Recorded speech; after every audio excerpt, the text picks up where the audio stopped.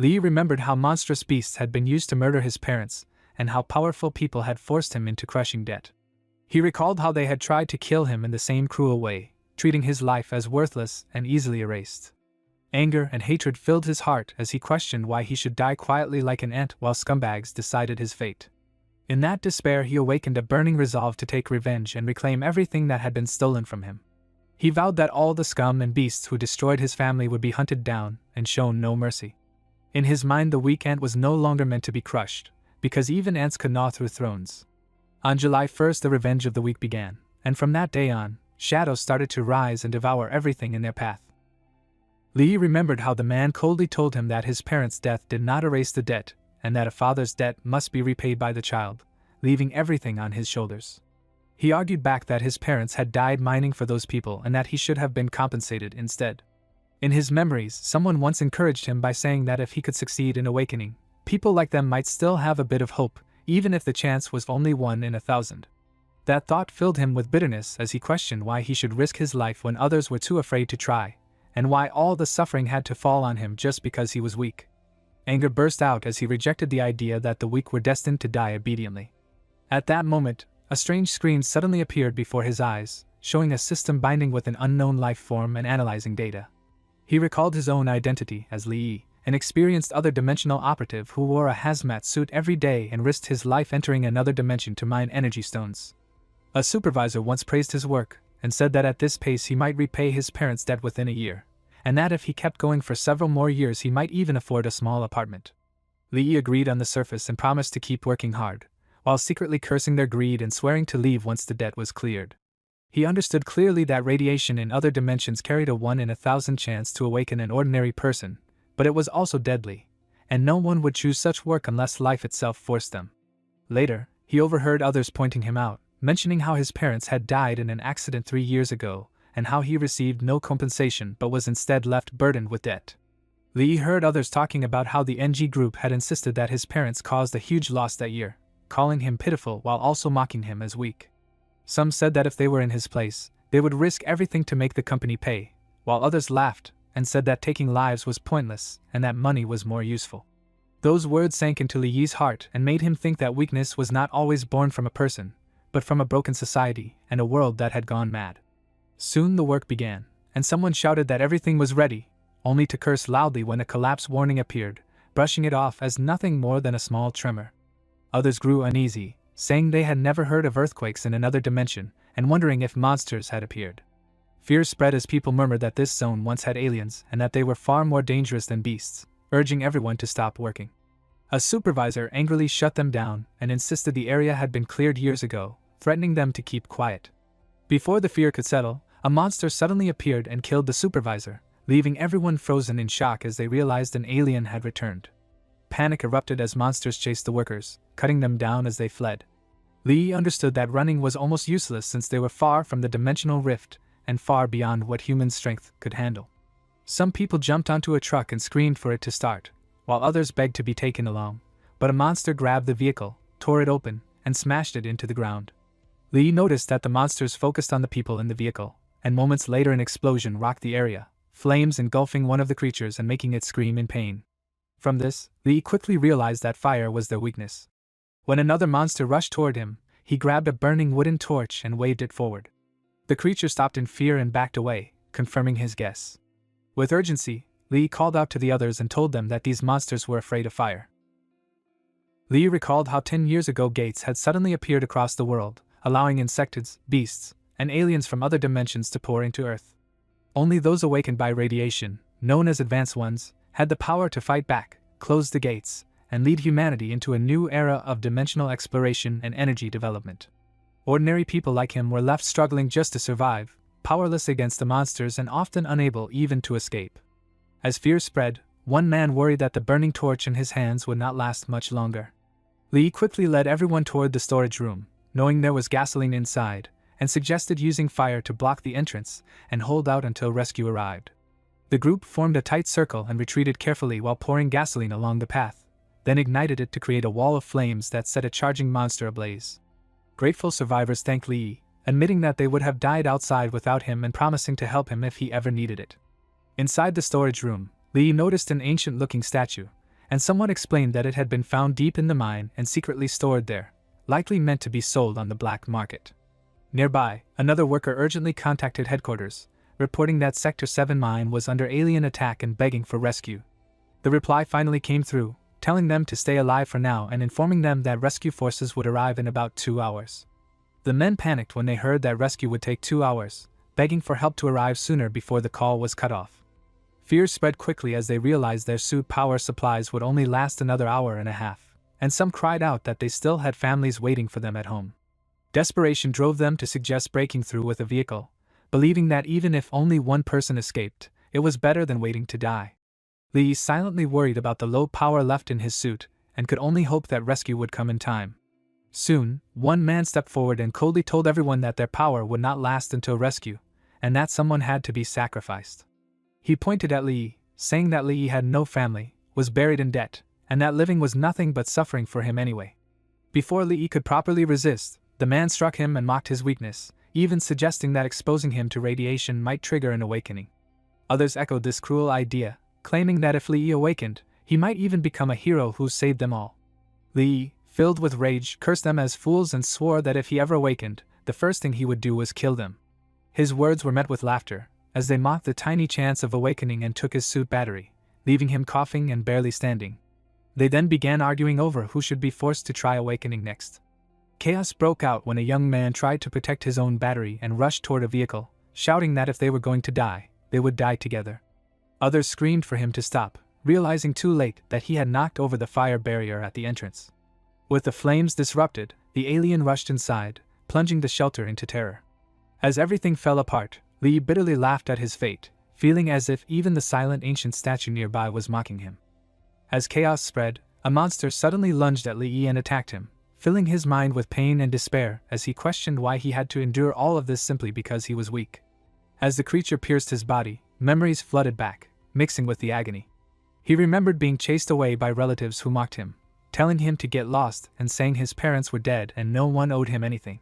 He recalled landlords throwing him out for lacking rent and debt collectors shouting that his parents' death did not erase what was owed, treating him as a burden that needed to be cast aside. His thoughts drifted to the moment he tried to investigate how his parents had really died, only to be crushed by powerful men who mocked his efforts. They seized the whistleblower letters he had sent out and twisted the truth, claiming his parents had violated procedures and caused the accident themselves. Not only did they refuse compensation, they forced millions in losses onto his shoulders, leaving him drowning in debt. He remembered being kicked to the ground while being told that accepting a small payout would have been easier, and that insisting on the truth had ruined him. In the end, his debt was taken over and turned into a cruel trap with heavy interest and strict deadlines, enforced through violence and fear. The only path shown to him was to become a dimensional miner, a job that risked death every day, yet was presented as the only way he might ever repay what he owed. As the monster's attack continued, all those memories blended together, forming the source of Li Yi's hatred, despair, and unyielding will to resist. In the present moment, Li Yi accepted that death awaited him either way, yet he refused to die quietly and swore he would not make it easy for anyone. Even as a weak man, he rejected the idea that weakness meant accepting death. In a burst of defiance, he bit the monster, forcing it to release him, and felt disgusted by its foul smell. A strange shadow mocked him, saying his struggle was nothing more than useless resistance before death. Li retorted that at least he had fought back once, unlike the broken statue that had been smashed so easily. The shadow then claimed that it was the only one who could save him and demanded control over his body. Li refused fiercely, declaring that he would rather die than be controlled by such a thing. The shadow mocked his pride and denied him the right to refuse. At that instant, another monster attacked, but Li awakened a shadow power that crushed the creature with overwhelming force. He coldly mocked the monster for stepping on his statue and made it clear that he held grudges. With swift violence, he silenced the creature and killed it, once again noting the disgusting smell it left behind. Turning his attention to the remaining men, his killing intent became clear. The others panicked and shouted his name, threatening to report him if he dared touch them. As dark power surged through Li Yi's body, the shadow sneered at the pathetic humans and calmly asked Li what he would do if his body were returned to him. The remaining men begged Li to let them go, claiming they had only been trying to survive and even arguing that without their cruelty, he would never have awakened. They insisted that although they had treated him harshly, the result was that he had gained power too. Li coldly replied that by their logic he should be thanking them, then calmly said he would indeed help them. Instead, he killed one of them without hesitation and took their suit batteries, then turned his gaze toward the others. One man cried that he had done nothing, but Li showed no sympathy and told them that the remaining batteries now belonged to them. The shadow mocked Li for his useless pity and warned that it would only bring trouble. Li angrily shut it down, refusing to be ordered around. The shadow sneered and said it wanted to see if Li would still be so tough when facing death again. At that moment, many aliens appeared outside the cave, far more than expected. The shadow demanded control of Li's body, saying that without its power he was nothing and could never handle so many enemies. Li refused once more and dodged the incoming attacks on his own, surprised by how light his body felt and how much his speed and reactions had improved. An alien mocked him for being weak even after binding with the shadow, but Li silenced it with a punch. As he fought, he realized his strength had grown far beyond before, though bare hands were not enough to deal real damage. In response to his will, a dark dagger formed from shadow in his hand, fitting him perfectly. With it, he slashed down the alien and discovered that he could truly kill them. With growing confidence, Li cut through the remaining aliens one by one, fully realizing that he now had the power to fight back. When the last enemy fell, he collapsed to the ground, breathing heavily as exhaustion washed over him. At that moment, a screen appeared before his eyes, announcing that his advancement was successful and confirming Li of the human race had reached rank E. Li lay unconscious in a medical room while a nurse checked him carefully and found no wounds or illness, yet could not understand why he had not woken up. The doctor explained that advanced ones often fell into deep exhaustion after awakening and that their bodies needed time to adapt to the new level, so they decided to wait and observe. After they left, the shadow appeared and complained about being bound to a human of such a low rank, mocking the fact that Li was only E-class. Even so, it admitted that it was strange and interesting that an E-class could trigger the shadow system and even shape-shift on the first attempt, though it believed such a body could not handle even a tiny part of its true power. Li soon regained awareness and questioned the shadow about its identity, and why it kept clinging to him. The shadow arrogantly revealed itself as an ancient supreme being of an entropic clan that once ruled many dimensions, demanding Li hand over his body and promising rewards after it reclaimed its lost throne. Li dismissed these claims in his mind, finding them absurd and refusing to give up his body to something dark and unpleasant. The shadow grew furious at his rejection and declared that offering his body was the only value of his existence. Li became deeply uneasy and confused, wondering why the shadow was so obsessed with him and whether provoking it would bring disaster. He considered many grim possibilities and feared being dragged into ruin if he angered it, yet he also knew he could never agree to such a demand.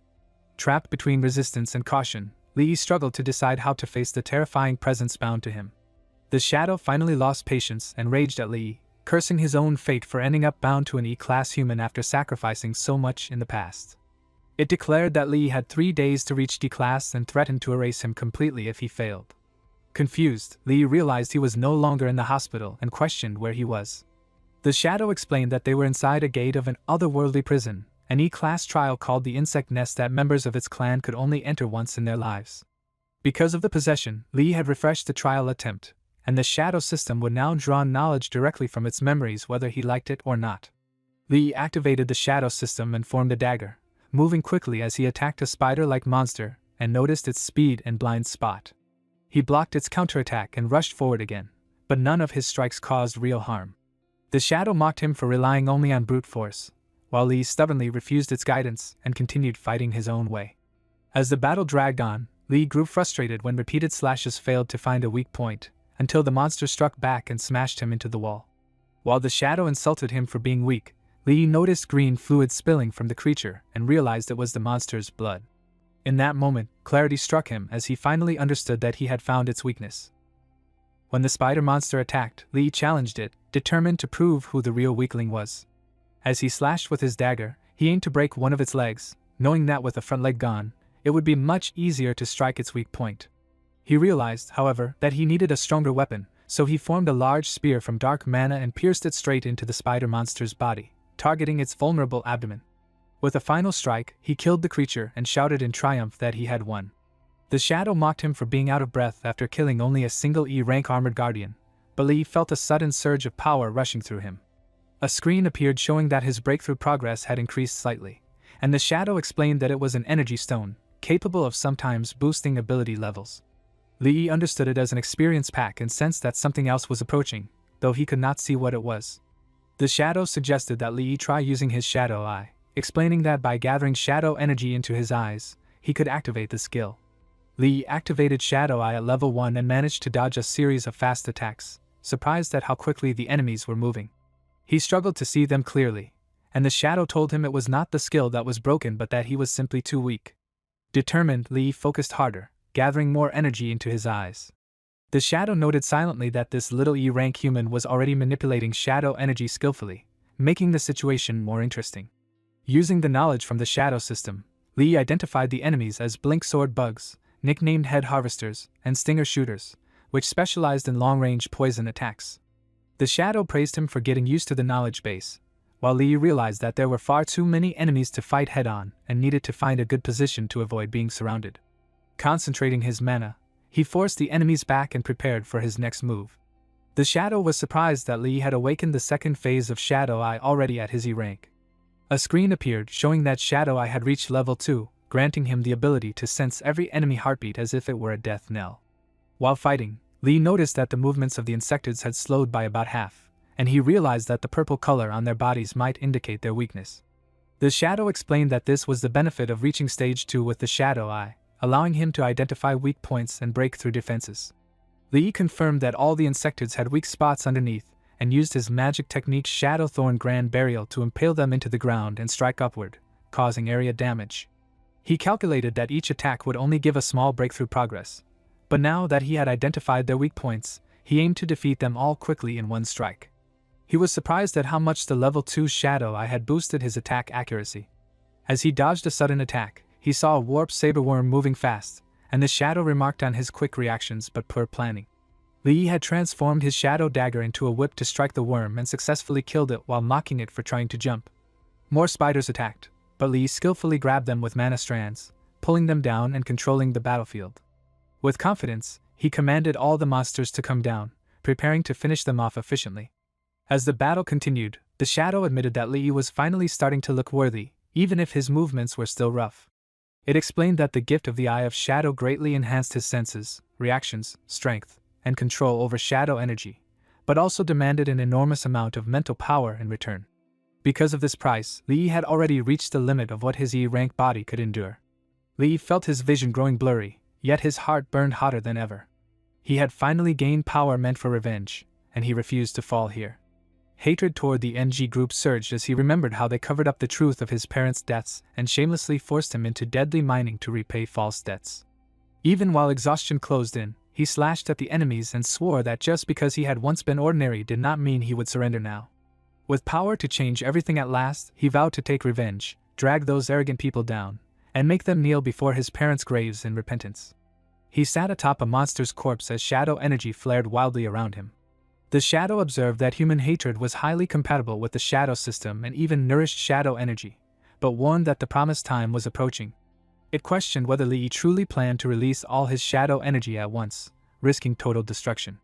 Li answered with unwavering resolve that he needed only a little more to break through, and that if becoming stronger required gambling everything he had, he was willing to take that risk. Li attacked the spiders and pushed them away with heavy mana pressure, barely escaping the danger. Shadow mocked him and casually named him Little D while explaining that the insect nest used to be a beginner trial field for its own race.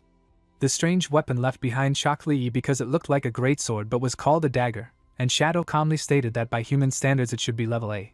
Li did not argue about its size and instead thought in a practical way, realizing that power was not only about strength but also value, and decided the weapon should be sold.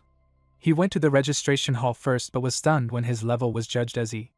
A woman explained that although his body stats were good, there was no detectable energy, and records still listed him as a minor, with only a small pay increase for advancement. Shadow explained that human methods could not sense shadow energy at all. Li accepted this calmly and realized that being hidden might actually protect him, even if it made selling equipment harder. The scene later shifted to the black market where shady deals happened openly. Shadow found the place fitting for the shadow system, while others mocked Li for arriving in minor clothes stained with ore dust. Li stayed silent as Shadow looked around at the flashy weapons and gems and mocked humans for decorating metal and calling it divine, feeling a rare moment of pity toward them. A boy rudely chased Li away and mocked him for being a minor, warning that he could not afford anything if he dirted the place. Li calmly questioned whether this was how customers were treated and said he did not even like their items, asking them to bring an appraiser to check the value of his great sword. At that moment Su Qing appeared beside a level D advanced named Zhou Ho, and the boy quickly tried to flatter them. Zhou Ho proudly talked about a sword he had obtained from the Gate of Otherworlds and planned to sell it to buy his girlfriend a car, while the boy excitedly praised the weapon for boosting attack power and being popular among level D fighters. Li called out Su Qing's name, and she briefly remembered how she once mocked him after his parents died, accusing him of wasting his compensation money and becoming a useless loser. In the present, Zhou Ho asked if she knew Li, and she immediately denied it, pretending he was just a fan and claiming that being recognized was normal for someone like her. Zhou Ho then looked down on Li, insulting him as trash and telling him to take his junk elsewhere, before swinging his sword to chase him away. His confidence shattered the moment his sword broke into pieces, leaving him frozen in shock, while Li coldly stated that the real trash was the sword itself. Su Qing panicked and questioned how such a valuable weapon could break so easily, remembering how Zhou Ho had bragged about its strength. Enraged and humiliated, Zhou Ho lost control and attacked Li again, shouting in fury as the situation instantly turned violent. Li sensed the attack was too slow and easily dodged it. Zhou Ho praised his skill but kept attacking without pause, growing more aggressive each time. Li calmly avoided every strike and thought that these moves were far slower than the deadly trials he had faced in the insected nest. Zhou Ho became confused and angry, unable to understand why a minor who was not even E rank could evade a D rank fighter, and he shouted insults, telling Li to crawl back into the mine. Li mocked him in return and trapped Zhou Ho with strands of dark mana, slamming him hard into the ground and humiliating him further. Enraged, Zhou Ho rushed forward again, shouting threats and completely losing his pride. At that moment Supervisor Wang, a D rank, arrived and stopped the fight, questioning whether things had gone too far inside his shop. Su Qing immediately blamed Li, accusing him of breaking Zhou Ho's treasured sword and causing the conflict. Wang calmly asked whether Zhou Ho's weapon had truly been broken by the sword in Li's hand. Li replied that Zhou Ho attacked first and that a broken sword was not his responsibility. Wang then confirmed the situation with Zhou Ho and noted that the weapon Li carried did not seem ordinary. Zhou Ho agreed to follow the usual rule of trading money for the item, and Wang decided to act as mediator. He politely asked Li to hand over the sword for appraisal, and Li calmly passed it to him. Wang felt the sword was extremely heavy and was shocked that Li could lift it so easily, making him suspect that Li might be advanced, so he tried to test him by asking where a minor could get such a weapon. Li calmly pushed back and questioned since when the black market cared about item origins. Wang brushed it off as simple curiosity, and Li claimed he had picked up the sword while mining, which made Wang believe he was just a low-level miner. Wang then judged the sword as tough but without special attributes, saying it was only worth a few hundred, while Zhou Ho's broken weapon would have been worth over 2 million. He proposed a deal where he would buy Li's sword and cover most of the loss, asking Li to compensate Zhou Ho with 2 million instead, presenting it as an act of kindness. Zhou Ho agreed immediately, acting generous under Wang's mediation. Su Qing panicked and complained that Li could never afford such a sum, worrying about the car Zhou Ho had promised her. Zhou Ho casually suggested selling Li's organs to make up the money, and Su Qing quickly accepted the idea as if it were already decided. Li coldly noted that they had everything planned out, and when Wang questioned him, dark mana flared around Li as he warned that he was not the only one with a problem. A man rushed toward Li shouting for him to be crippled, while Wang calmly told Zhou Ho that pointless fighting was a waste of time and suggested going to the tea room to wait. Before they could move, a man was suddenly smashed into the wall, making Wang shout in alarm for him to be careful not to break the merchandise. Li moved like a blur and struck the other men as well, sending them flying one after another. Zhou Ho sneered that mining must have built Li's strength, and Li calmly told him it was his turn. Su Qing watched in shock and questioned when a miner had become so skilled at fighting. Zhou Ho admitted that Li's moves were decent against nobodies, but he still charged forward, shouting that in front of a D rank advanced one, Li was nothing. Instead, Li struck him and sent him flying. Humiliated and furious, Zhou Ho gathered mana and screamed that no one had ever dared to hit him, vowing to kill Li. Li blocked the attack head-on, and the clash of mana shook the ground. Zhou Ho panicked when he felt an invisible wall stopping his power, while Li coldly said that since Zhou Ho's father never taught him a lesson, he would do it himself. Zhou Ho backed away in fear as Su Qing shouted in disbelief, unable to accept that a D rank could lose to a minor. Li then used a shadow technique that trapped Zhou Ho like a spiderweb. Zhou Ho finally realized something was wrong and shouted that Li could not be a minor, guessing he must be an advanced one of higher rank. Li calmly replied that he was just an E rank minor certified by the guild. Desperate, Zhou Ho threatened him with the name of the Black Panther Gang, boasting about its power and connections. Li recognized it as a loan shark gang and kicked Zhou Ho into the wall without hesitation, completely crushing his threats. Li coldly declared that what he hated most were scumbags who lived off loan sharking, and when Wang rushed in to kill him, Li struck back and sent him flying, telling him to get lost. Zhou Ho immediately panicked and begged for mercy, claiming it was all a misunderstanding and offering money to settle things peacefully. Li mocked him, saying his face was worth very little per slap, which made Zhou Ho desperately raise the price again and again, begging him to stop. Li reminded Zhou Ho of his own cruel rules about high interest, saying the earlier slaps were just interest, and now it was time to pay the principal. Zhou Ho finally broke down and offered everything he had, throwing out millions in desperation. When Li saw the NG Group VIP card, he realized that these were the same people who had collected debts from him and forced him into the mines. He decided to let Zhou Ho live to draw out the real enemy and took the money, saying it was simply returning what had been stolen from him over the years. Su Qing rushed to check on Zhou Ho, shocked by what happened, while Zhou Ho blamed her for calling Li a minor and causing him to lower his guard. In rage and humiliation, he slapped her and silently swore revenge, believing his loss would not end there. The scene then shifted to a dark place where Brother Panther listened coldly as Zhou Ho cried over the phone, claiming someone had stolen a treasured sword and threatened the Black Panther gang. Panther ordered the man's information to be sent to him.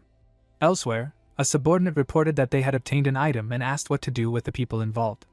Panther replied indifferently, pretending there were no people at all, and the men were crushed without mercy. Panther then calmly stated that the person Zhou Ho mentioned now belonged to them, and whether he lived or died no longer mattered. Li approached the counter and stated that he was an E-rank advanced one looking for a task that suited him. The people around immediately mocked him, calling him trash and saying the lowest tasks there were D-rank, warning that he was only asking to be killed. They laughed and claimed that E-ranks survived by begging, treating them like parasites. The staff member politely but firmly told Li to leave and wait outside, explaining that E-ranks were only chosen there if a team needed them. Li stayed calm and thought about how the money he had just gained was quickly taken away by loan sharks, making it even more urgent for him to secure a task.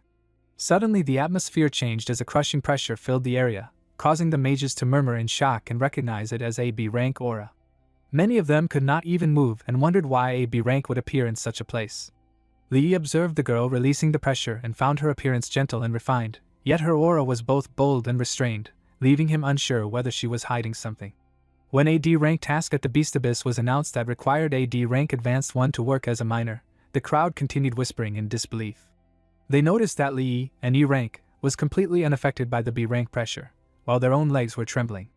Li realized he was the only one standing normally. From the girl's perspective, she also found it strange that a mere miner could remain untouched by her B-rank pressure, and her interest in Li quietly grew. The staff quickly recognized the girl as Miss Jean from Longmen 3rd Street, and eagerly offered to introduce his many D-rank advanced ones to her. She refused and directly chose Li instead. When the boy tried to object and said Li had not queued to register, she coldly declared that she was the rule and repeated her choice. The boy immediately obeyed and secretly wondered why this was the first time Miss Jean personally selected a miner. Later in the Beast Abyss, Li quietly observed the team and noted that the frontliners, damage dealers, and support were well balanced and moved in perfect coordination. With a B-rank advanced one leading them, the Minotaurs ahead should not have been a threat. However, Li sensed something wrong and realized the beast wave below far exceeded D-rank standards. Shadow explained that Li Yi's shadow eye had reached tier 2, giving him perception far beyond ordinary people. Li then wondered why Miss Jean, who should sense it as well, showed no reaction, suspecting she had already noticed but was hiding it for her own reasons. A warrior soon reported the location of the Starlight Crystal Vein, and Miss Jean ordered Li Yi to follow her. Li agreed but felt uneasy, sensing the danger growing stronger with every step. He questioned whether she truly did not care if a miner or even her teammates died, or if she believed her B-rank power alone was enough to protect everyone. As they landed, the ominous feeling peaked, and they came face to face with a D-rank Minotaur Beastman. Li sensed that a B-rank advanced one was about to act, but instead Miss Jean drew her sword and ordered him to go first while she covered him. Li protested and reminded her that he was just a miner, questioning why a B-rank would not fight and instead push an E-rank miner forward. Miss Jean coldly reasoned that she was paid minor wages and had no reason to risk her life, then offered him $1 million to deal with the beasts. Tempted by the money, Li stepped forward and prepared to fight, even as the charging beasts made him worry about losing his reward. Miss Jean quickly raised a shield around herself, surprising Li Yi and making him realize he had misjudged her. He cut down the beasts one by one and mocked her, saying she seemed to attract hatred, while she casually declared that the beasts now belonged to him. Li continued slashing through them and called her hopeless as she ran aside, believing she was finally safe. That confidence vanished when a beast suddenly appeared behind her, and she shouted in fear, confused about why the beasts were not afraid of her. Li noticed something strange, sensing that she clearly had the ability to fight back yet acted terrified. Miss Qin threw the beast away with another shield, but this time her bracelet shattered, revealing the truth. Li realized she relied on a protective charm rather than her own strength and asked if she was a non-combat type advanced. Panicking, Miss Qin begged him to keep it a secret after they left. Li calmly replied that secrets cost extra, while she asked in confusion why the Minotaurs were only attacking him. Li activated Shadow Eye Level 2 and finally noticed a shadowy man hiding nearby, realizing the man had been suppressing his aura, which explained why he was not sensed earlier. He understood that the strange fluctuations controlling the Minotaurs came from this hidden figure. As Qin shouted at him in panic, Li kept cutting down the beasts and felt the pressure rising as more Minotaurs gathered. He knew he could not use wide attacks without risking her safety and realized that if this continued, he would be worn down to death. Li quickly judged the situation and decided to turn the enemy's goal into an advantage. He openly warned Qin that she had already used up her protective items and was a non-combat type, telling her to be careful of sneak attacks. Qin reacted in shock, furious that he said it out loud. From the shadows, the man believed the miner had almost ruined his plan and focused his killing intent on Qin Xin, blaming her father for everything as he launched a sudden strike. Li intercepted the attack in time and cut off the man's hand, revealing that this person had been using infrasound waves to control the Minotaurs and force them to attack Qin. The man, named Luden, laughed bitterly and admitted he had underestimated a mere miner. However, he warned that the fight was not over and began transforming into a beast, declaring that he would show the true terror of a control-type advanced one. Li immediately sensed a powerful aura and realized it was C rank. Qin quickly explained that Luden was absorbing the life force of the beast men to strengthen himself, and she shouted in alarm when she noticed he was evolving into a C rank lava minotaur. Li was stunned that Luden could jump from D rank straight to C rank and thought that his opponent's cheat was so strong that even he felt inferior. Luden attacked them with incredible force, but Li blocked the strike and the clash shook the ground. Li realized that facing AC rank's destructive power alone was too much of a stretch.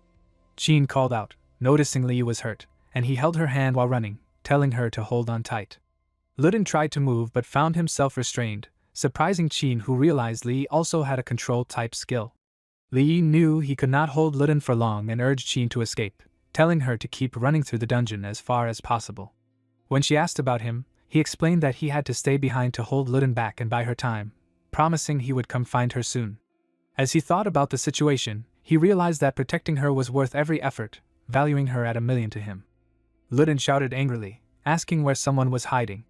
Li asked back if he was looking for someone and then slashed his sword while dodging Luden's attacks. He realized that even the cracks in the rock were too strong to break. Luden yelled at him, calling him stupid for trying to chop rock with a blade, and attacked again. Li thought the lava around them made the fight tricky and decided to lure Luden to a more open area. Luden insulted him, calling him a rat for running away, while Li activated Shadow Eye, searching for a weakness. Luden threatened to kill him and then go after the woman he cared about, attacking fiercely. Li finally found the weakness and prepared to strike, but Luden shouted that in the face of absolute power, all his tricks were meaningless. Li thought about how terrifying Luden's power was and wondered if this was really only Class C. Luden chased him, asking where he would run this time. Li waited patiently for an opening. Luden mocked him for trying to stab him with his dagger, saying it was useless and could barely scratch him. Li dodged another attack and saw his chance. He slashed with his dagger but was surprised by the intense heat, realizing that even shadow energy could not completely block it. He admitted to himself that Luden was smarter than he thought and knew how to protect his weak spot. Luden acknowledged that Li had sensed his weakness but said it did not matter because the heat in that spot was still over 2,000 degrees. He demanded to know where the woman was, promising to spare Li if he told. Li refused, thinking that a traitor who sold out his master for fame and fortune could not be trusted. Luden shouted angrily that Li was asking for death. Luden kept shouting as he attacked and dared Li to stop dodging if he was really strong. Li stayed calm and shaped his dark mana into shadow morph chain blades to block the strike. He mocked Luden for dodging as well and felt the timing was right. He changed his technique into shadow morph rope dart and struck back, but Luden only laughed and charged harder, telling him to give up. The pressure kept rising and Li felt his shadow energy draining too fast. He realized that if this continued he would fall into danger, yet he refused to rely on entropic again or let anyone control his body. Even if death waited, he chose to push forward, believing that defeating AC rank enemy would bring huge experience and a breakthrough he could not waste. Lee gathered everything he had and released a powerful mana blast that shook the ground. Luden screamed and was thrown back, roaring that Lee had lost. Lee was stunned by the sudden change and sensed that Luden had gone berserk. Luden raged that a mere minor had forced him this far, and Lee felt the heat spreading as the attacks gained a burning effect. With flames in his power and fury in his voice, Luden declared that this was the end. Lee felt a surge of power flooding out of his body and wondered why it was far stronger than before. Shadow explained that this energy had always existed inside him, but his body had not been able to channel it until it was tempered by extreme heat. What seemed like a mistake had actually awakened a new form of shadow energy. As Lee sensed it spreading through him, he realized that it was rapidly healing his wounds, yet Shadow made it clear that the power did far more than just recovery. Luden was shaken as he watched Lee heal at an unbelievable speed and felt a far more sinister aura pouring off him. He could not believe that Lee was matching his speed even after it had tripled, and the thought that an E rank could reach this state filled him with fear. Desperate, Luden launched another attack and tried to flood the area with lava, determined to leave Lee nowhere to escape. Surrounded by flaring mana, Lee understood that he had entered Shadow Enhancement, and calmly mocked Luden, saying the heat was still too weak. Luden roared in disbelief, unable to accept what he was seeing, while Lee stepped forward with cold confidence, reminding him that after all the slicing earlier, it was finally his turn. Luden and Lee rushed toward each other at the same time, and Lee struck first, cutting into Luden's hand. Luden countered in fury, but Lee calmly blocked the blow and the damaged hand shattered completely. As the clash continued, Lee realized that with Shadow Enhancement active, his charged attacks could even deal damage from a distance. Luden boasted that as long as lava existed, he could regenerate endlessly and claimed that Lee attacks were useless. Lee observed that Luden's energy was already weakening and doubted that his regeneration was truly infinite. When Luden challenged him to try again, they collided once more, and Lee unleashed a storm of slashes that left Luden confused and shaken. Lee told him that his energy had reached its limit and urged him to surrender. Faced with defeat, Luden suddenly tried to talk things out and claimed there was no real hatred between them. Lee admitted that was true, but reminded him that Miss Jean had paid him $1 million to protect her. Luden tried to bargain, offering $5 million in exchange for handing Jean over once they returned to Rong City.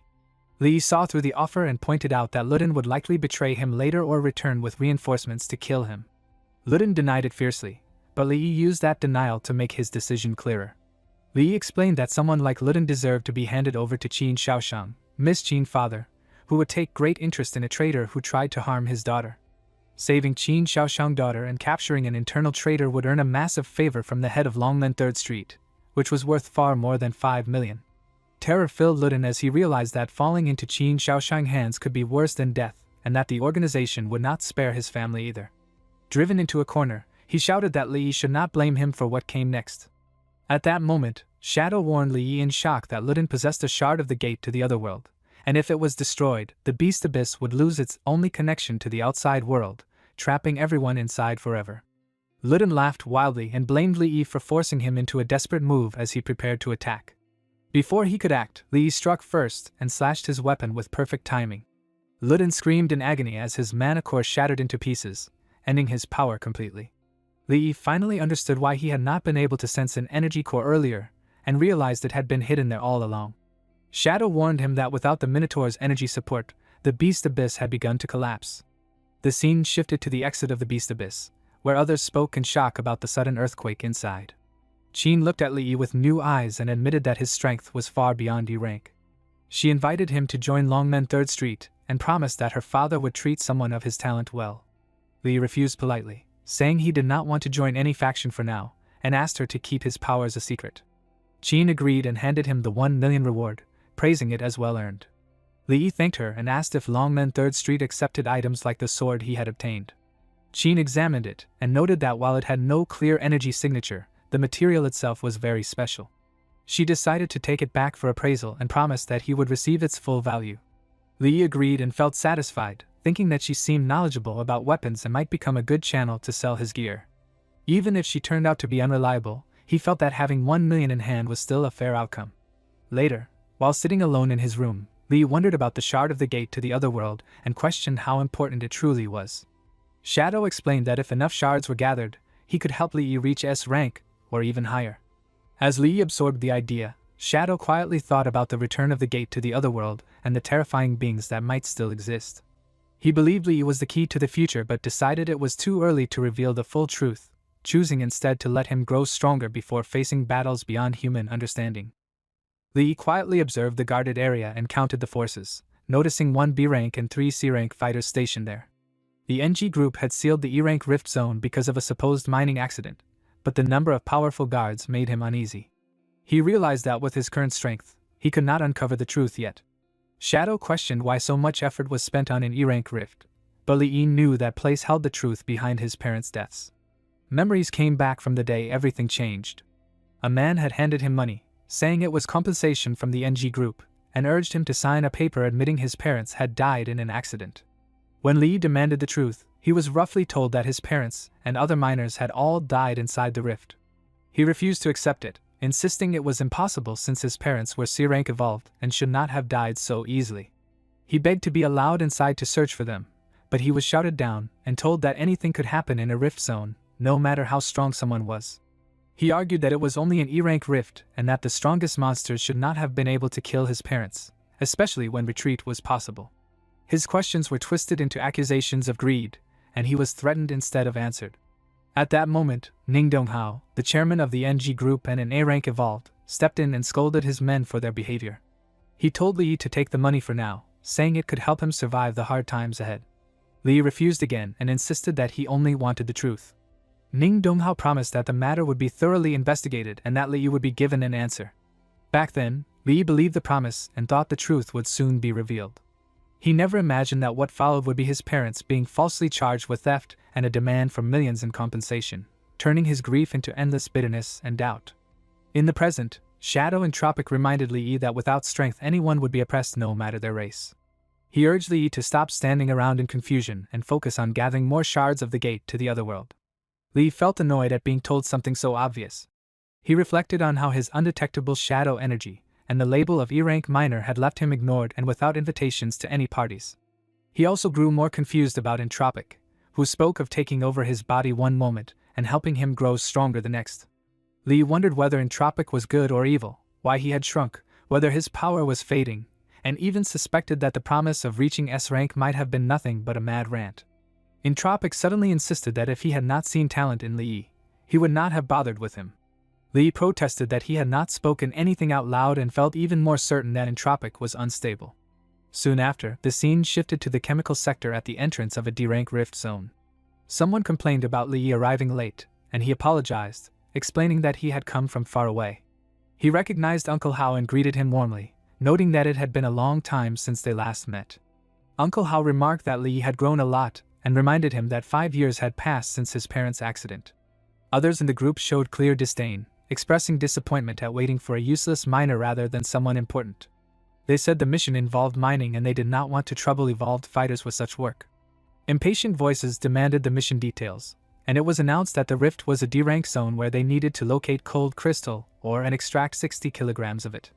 Li was surprised by the heavy lineup, noting that 4 C-rank evolved fighters had been brought for a D-rank rift, which felt like overkill.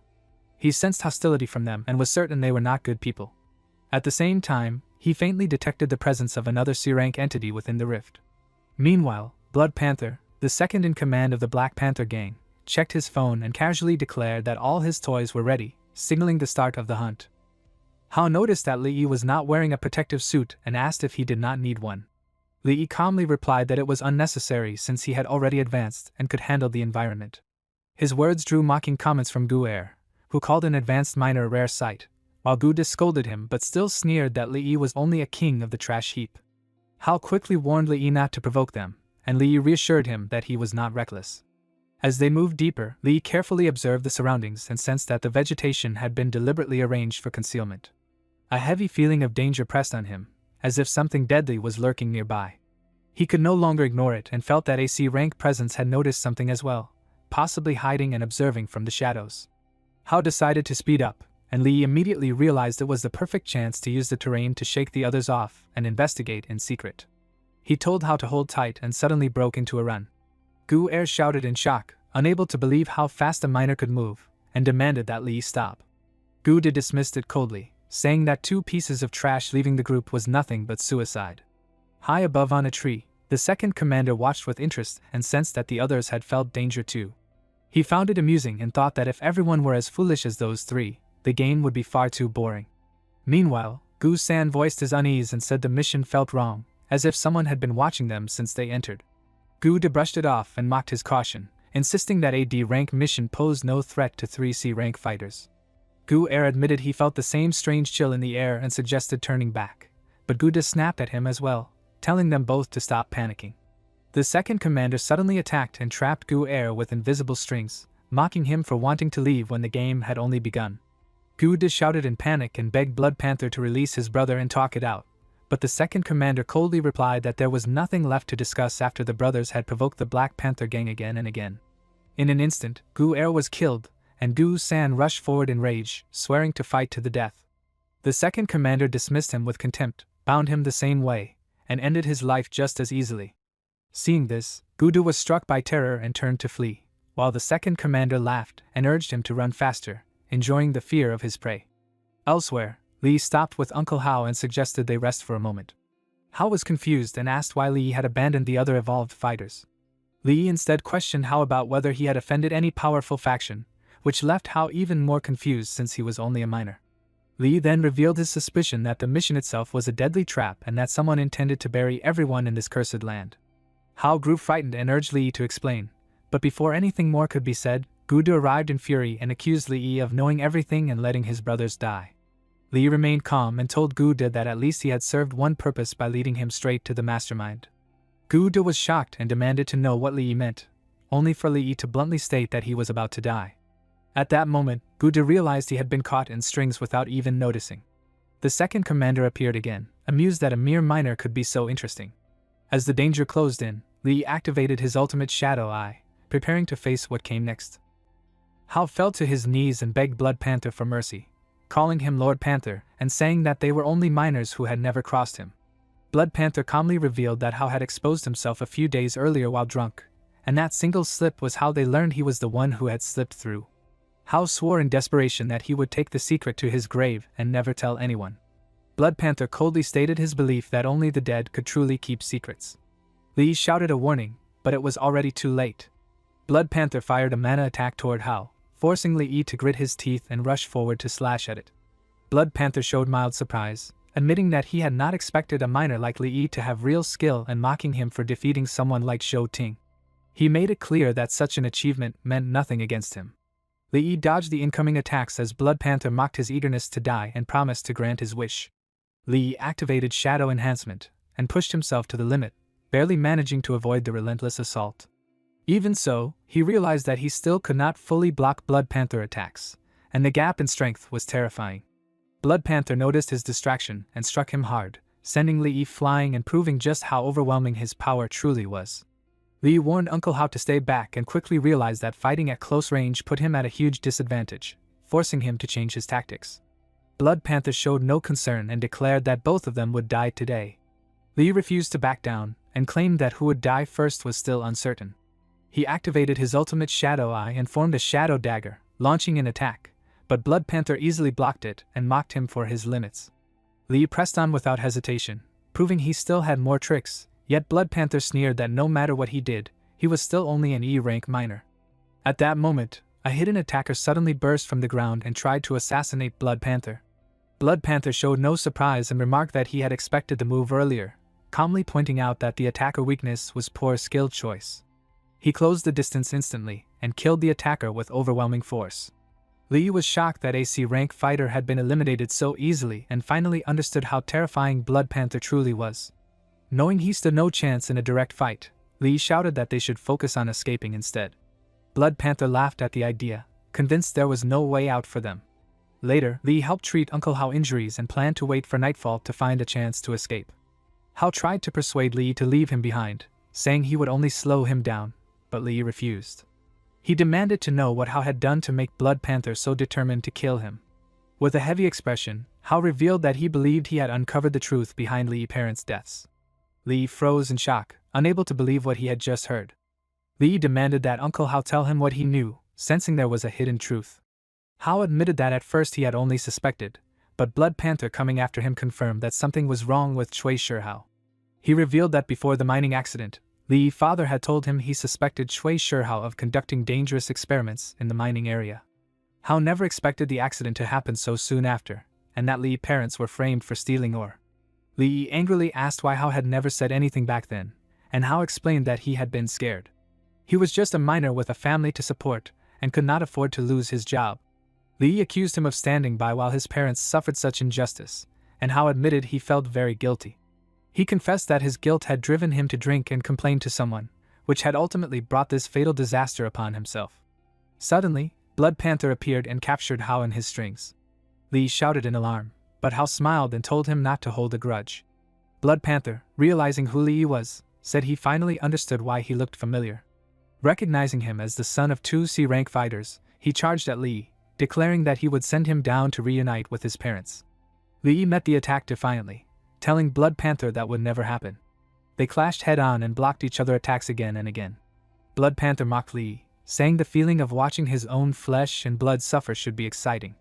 Li answered that the blood spider silk was not invincible and transformed his shadow into a great sword. He focused on the timing and realized that the moment Blood Panther attacked was when his defense was weakest.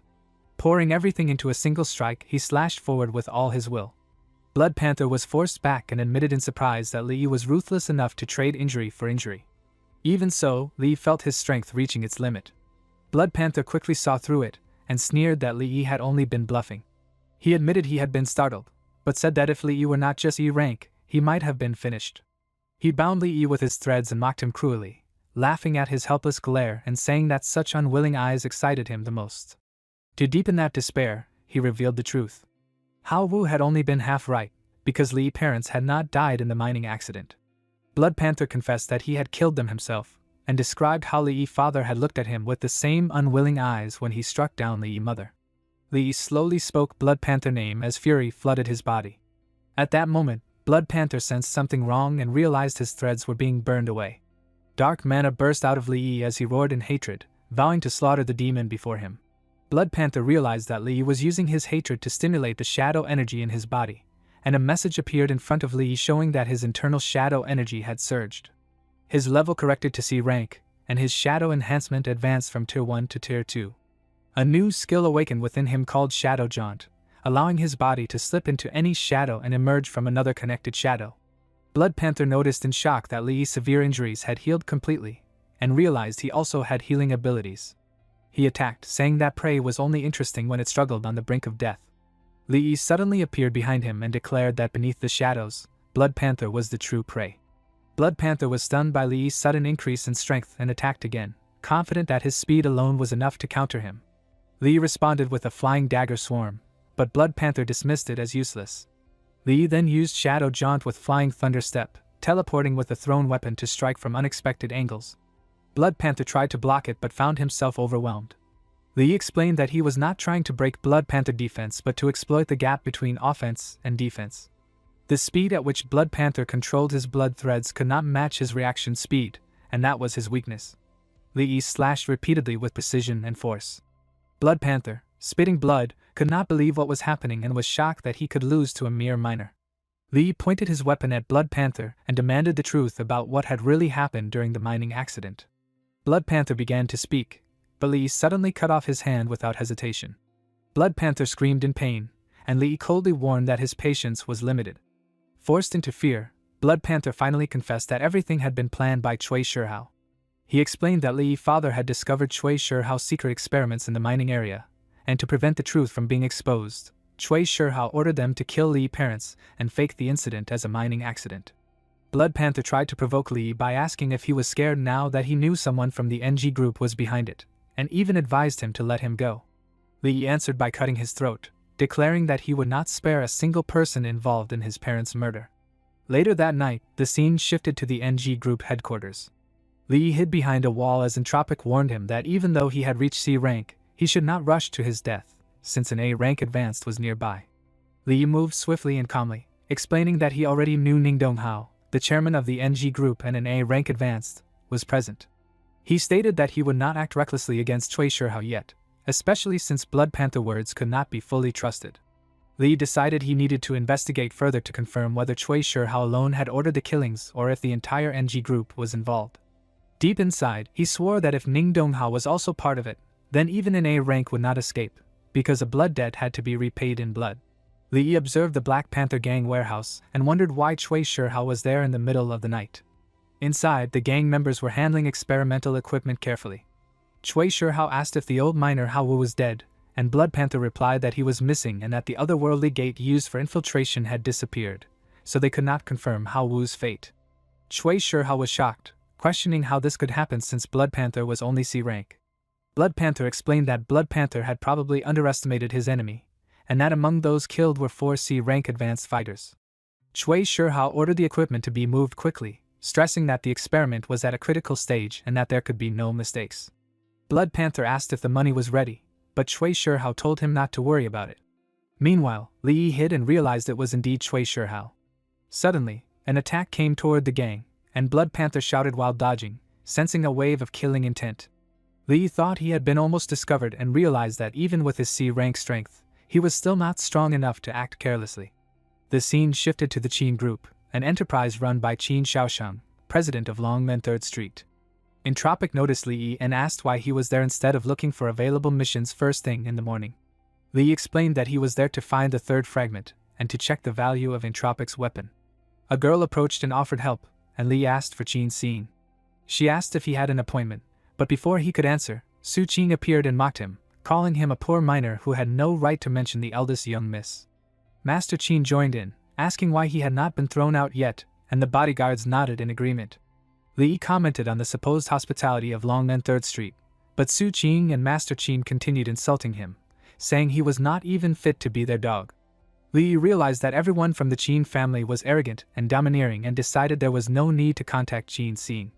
As he tried to leave, Su Qing blocked him, and Master Qin ordered his guards to cripple him. Li used Shadow John to attack the bodyguards and grab Master Qin by the throat. Su Qing shouted for him to let go, warning that the Qin family would not forgive him, but Li threw them aside, saying he would spare them for Qin Xin's sake. Master Qin, enraged, tried to attack, but a man stopped him. Qin Xin then appeared and scolded Li for daring to cause trouble at the Qin Group. Master Qin was furious, and shouted that Li was dead for causing trouble at the Qin Group and warned that his cousin would not let him off. Qin Xin, however, told them to throw him out, but Master Qin argued that letting him go was too easy and suggested breaking his arms and legs. Su Qing tried to defend herself, claiming that it was Li who had spoken her name directly and that young Master Qin had only been venting her anger. Qin Xin intervened, saying that Li was her friend and there was nothing wrong with him calling her name. She ordered the arrogant security guards and the troublesome junior employee to be thrown out and never hired again. The guards began escorting them out, and Su Qing protested, saying she was young Master Qin's girlfriend and begged him to speak up for her, but Qin Xin warned her not to misuse the Qin family name again. Qin Xin then welcomed Li inside and apologized for the embarrassment caused by a junior from a side branch of the family. Li accepted it calmly, saying every family had a few mischievous relatives. She led him further, but a girl informed her that President Qin wanted to see her immediately. Qin Xin excused herself, and Li told her it was fine to attend to her business. Left behind, an old man confronted Li, asking who he was. Li hesitated but said he was just a miner. He realized that mental attacks like this were difficult to defend against, even with shadow enhancement. The old man, sensing Li's strength, noted that he had withstood the blow and must have at least B rank strength. He demanded to know why Li had faked his identity to get close to Xin, and warned that failure to answer honestly would have consequences. Qin Xin grabbed the old man by the ear and shouted at Qin Shaoshang, accusing him of sending her away on purpose so he could interrogate her friend. Shaoshang calmly told her to be gentle and give her father some face, but she shouted back, telling him he had no dignity and ordering him to leave and stop harassing her friend. Li realized that Qin Shaoshang was the one in charge of Longmen 3rd Street. Qin Xin apologized to Li, explaining that her father was always suspicious of anyone who got close to her, fearing they had impure intentions. Li said it was understandable and guessed that Shaoshang was just worried she might be cheated on. Qin Xin was surprised that he seemed to know her father well, and Li replied that it was hard not to. Meanwhile, Shaoshang was watching secretly and worried that Li might have intentions toward his daughter. He thought about how he had raised her for 16 years and could not let anyone harm her, even imagining extreme measures if needed. Li noticed that Shaoshang's thoughts were being spoken out loud and commented on it, while Qin Xin shouted at her father to get lost. Later, Qin Xin told Li that there was a 5 million deposit on a card for the appraisal of the special material great sword and explained that fragments from another dimension had become very rare because someone had been buying them in large quantities. She suggested that Li might find one at the Longmen 3rd Street auction. Li thanked her, and Entropic thought that these fragments might be related to those people who were collecting them. The guards talked about Li, saying he was 20 years old and had always been an ordinary person. They noted that he had only been classified as an E-rank ascendant a few days ago and that no special energy could be detected in his body, so he was still just a minor. Xiaosheng wondered if Li had really gone from E-rank to C-rank in such a short time or if he had been hiding his strength all along. Suddenly, a call came in and Xiaosheng answered it. DONGHUA asked if Xiaosheng still had any of the great swords his daughter had sent over. Xiaosheng said he was not sure and asked what was wrong. Was shouted to hurry and check because they wanted to take as many swords as were available. Xiaosheng asked if the swords had some special use, and Hua said he could not reveal too much but hinted that the material of the swords might raise the overall strength of their army. Xiaosheng thought about how mysteriously he was, noting that even the weapon he casually produced was extraordinary, and that he was impossible to figure out. Meanwhile, Li thought there might be fragments among the things around him. Su Qing told Zhou that there was really nothing going on between her and Qin Ting and that he kept pestering her, so she had even quit her job at the Qin Corporation to get away from him. Zhou told her that it did not matter that she quit because he would take care of her from now on, and Su Qing felt grateful and said he was so good to her. He thought about the miner and wondered if Lord Blood Leopard had not made his move yet. He demanded to know how a miner like Li had sneaked in. Li reminded him of being slapped a few days ago. Zhou told Li not to come near him. Black Panther scolded Zhou Ting, saying he was a disgrace to their gang. Zhou called out to Brother Bao. Black Panther told Li that slapping his subordinate was like insulting the whole gang and demanded an apology on his knees. Li refused and said kneeling was only a dream. Black Panther admitted he did not expect a kid like Li to be so tough. Zhou shouted at Li for offending Brother Bao. Qin told Black Panther that Dragon Gate 3rd Street welcomed him if he was there to spend money but would not hold back if he wanted a fight. Black Panther decided to give her face and said they were heading to the auction. Qin asked Li if he was alright, and he said he was fine. Black Panther wondered about Li Yi's background and how he ended up on his bad side. Zhou explained that Li Yi had stolen the precious sword meant as a tribute, and even boasted about wiping out the Black Panther gang. Black Panther was shocked and asked if it was true. Zhou and Su Qing confirmed it. Cui Shihao asked what was wrong, and Black Panther said that Li Yi had been one of Blood Leopard's targets, and questioned how he was still alive. Cui Shihao wondered if Li Yi had killed Blood Leopard. Zhou said it was impossible because Li Yi was just an E-rank. Cui Shihao looked at Li Yi and thought about how the timid weakling from before had somehow gotten involved with Tai Si. Li Yi asked Qin why she had come, and she said it was her father who suddenly wanted to see him. He asked if her father was going to attack him again, and she reassured him that with her there, he would not dare. Cui Shihao expressed surprise at running into Li Yi, and Li Yi humbly said he was just a minor character forced to work in the mines to pay off his debts, and could not dare to associate with a high-level executive from NG Group like him. Cui Shihao explained that the decision on how to handle Li Yi's parents' case was made by higher-ups, and that he had wanted to help but was powerless, and his words carried no weight. Li said that Cui Shihao had certainly absolved himself of all responsibility, and reminded him that the truth would always come out, warning that those who did wicked things would face retribution. Black Panther shouted that Li Yi needed to be taught a lesson. Cui Shihao said that since this was Qin Xiaosheng's territory, they could not act openly, but because Li Yi knew too much, they needed to send someone to deal with him. Black Panther agreed and said he would arrange it right away.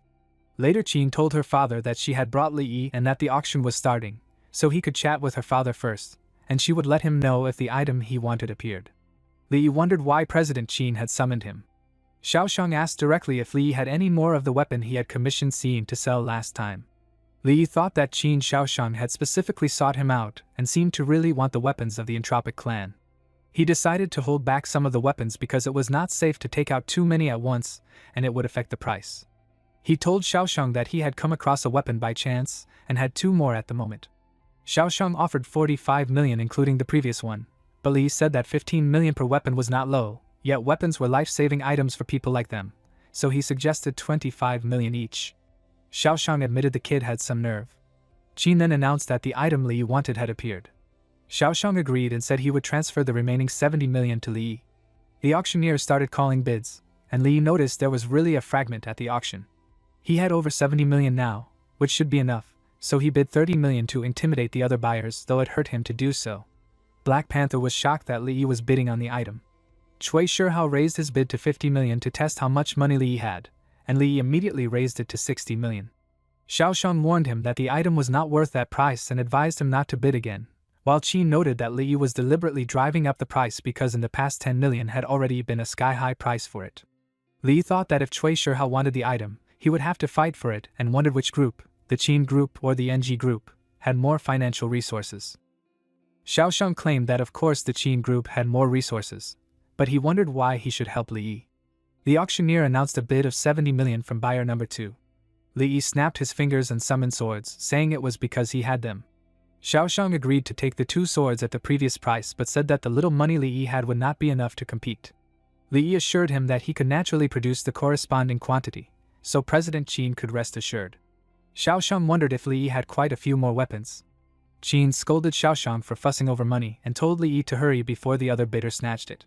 Li Yi thought he really did not understand the world of the super-rich, where over 100 million was just small change, and he bid 100 million.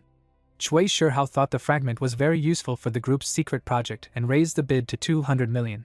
The bidding quickly escalated to 300 million, 400 million, and 500 million, and people murmured in surprise, wondering if the two were crazy to fight over the fragment and if it was really that valuable.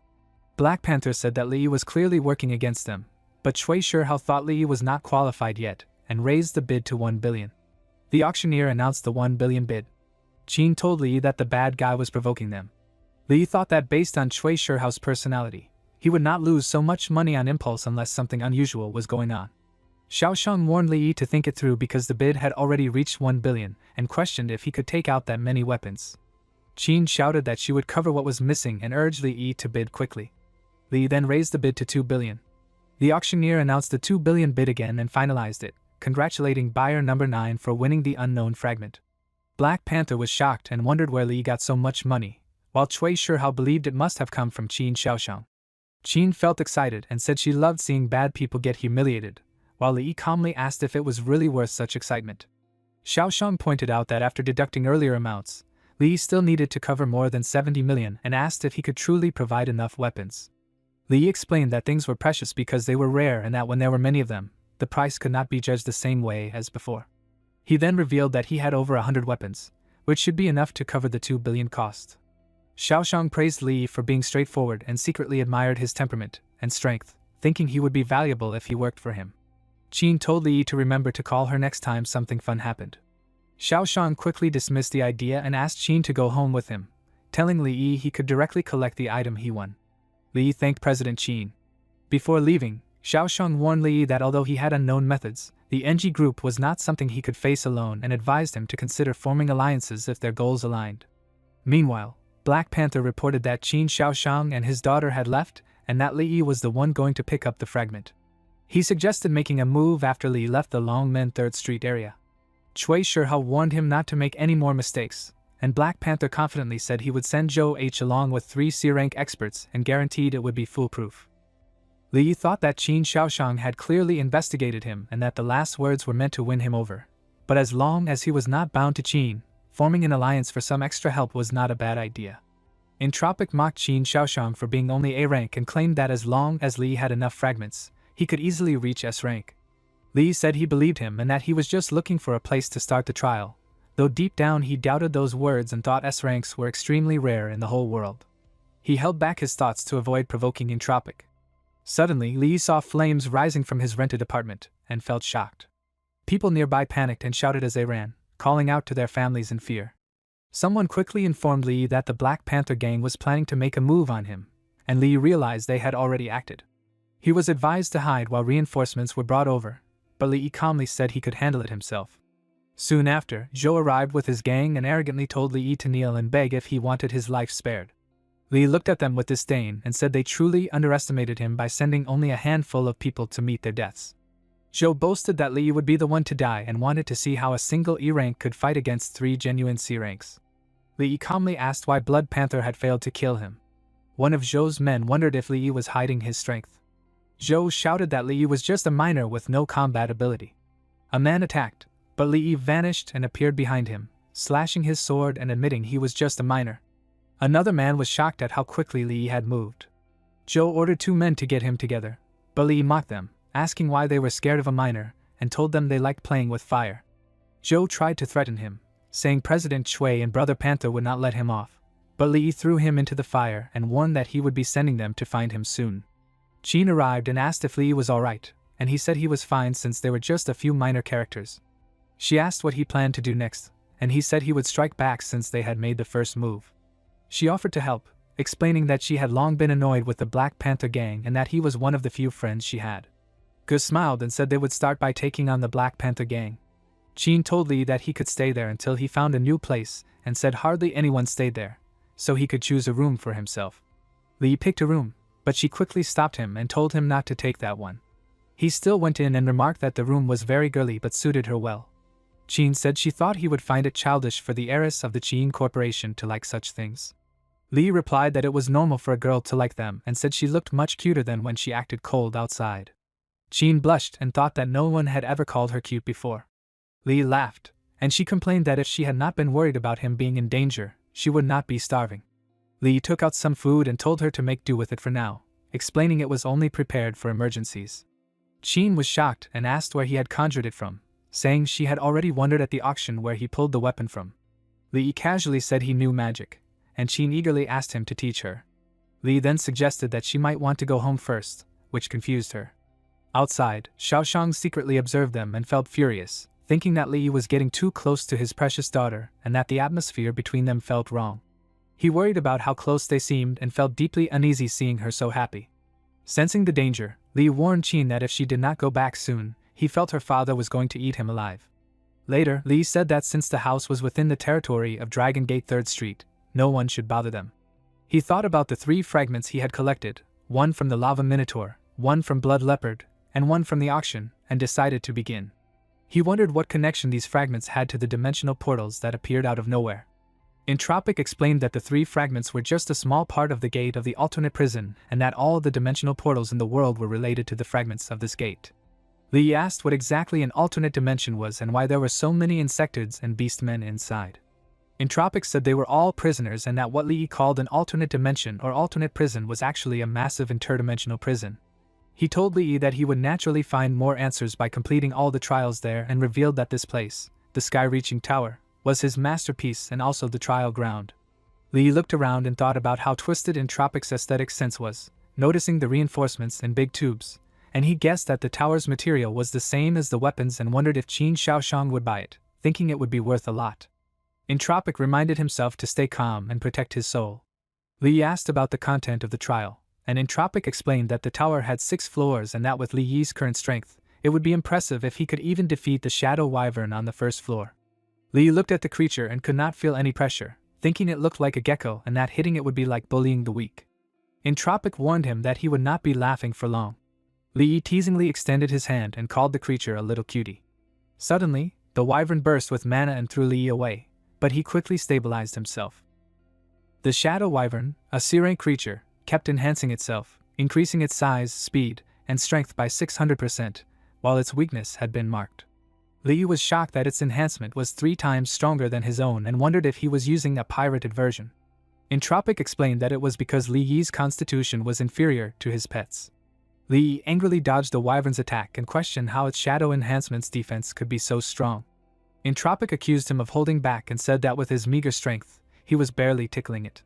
Li activated his shadow enhancement technique and tried to attack the wyvern, but it remained unharmed. Entropic thought that Li Yi's use of shadow enhancement and shadow was already very refined and decided to increase the intensity. He also thought about how the wyvern must be hungry, noting that it was edible.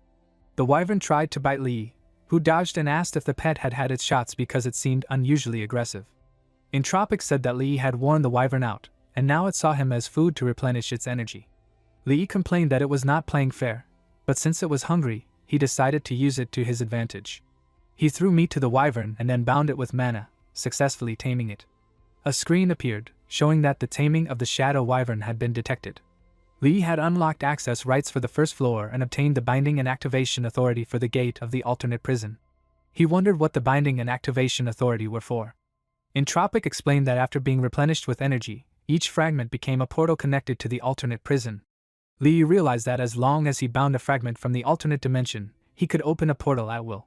He also thought that getting such a powerful skill on the first floor meant that the rewards on the upper 5 floors would be even greater. Entropic thought Lee was getting cocky for clearing the first floor by being clever and decided to let him go to the second floor to suffer a bit.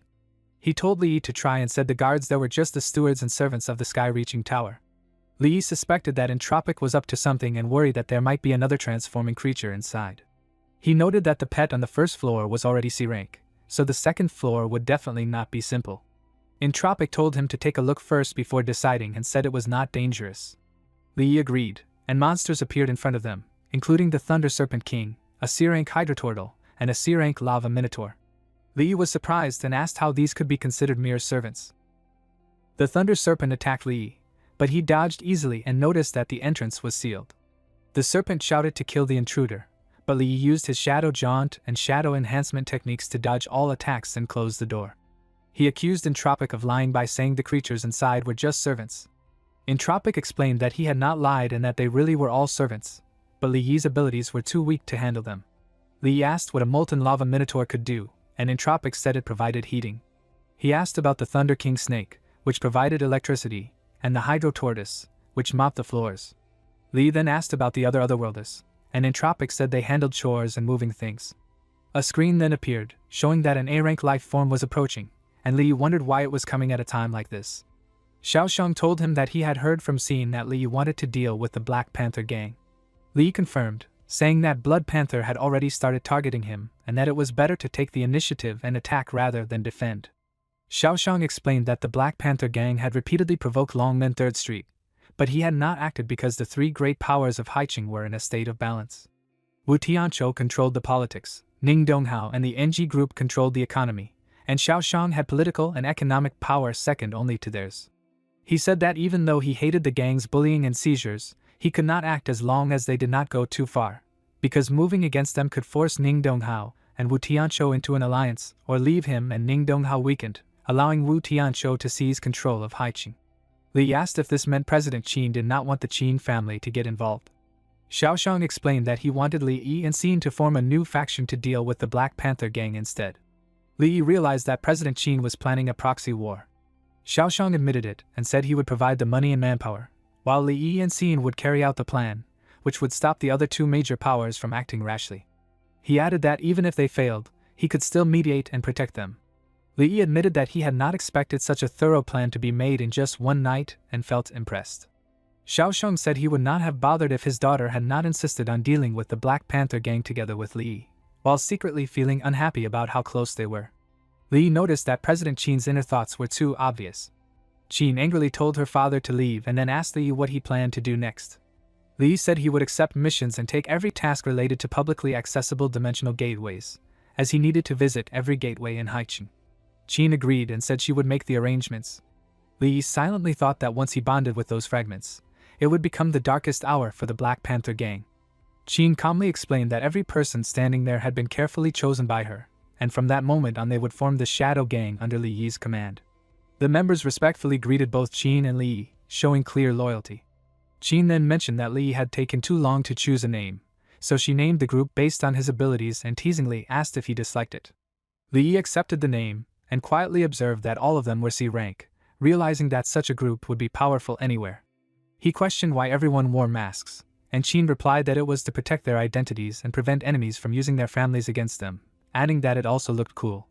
Li joked that it was probably because the lead artist was too lazy to draw so many faces. When Qin asked about their next move, Li stated that they would take jobs directly from the Black Panther gang and steal every valuable commission mission. Qin showed concern about handling so many tasks, but Li reassured her that they would only take the profitable ones and leave the rest for his other plans. The scene then shifted to the Black Panther gang, where the leader erupted in anger at his subordinate for allowing a new group like the Shadow Gang to steal all their missions. He demanded to know why nothing had been done and ordered them to deal with the troublemakers. The subordinate admitted that they were unable to act because the Shadow Gang always sent 5 or 6 C-rank advanced members for every mission, while they lacked enough C-rank personnel.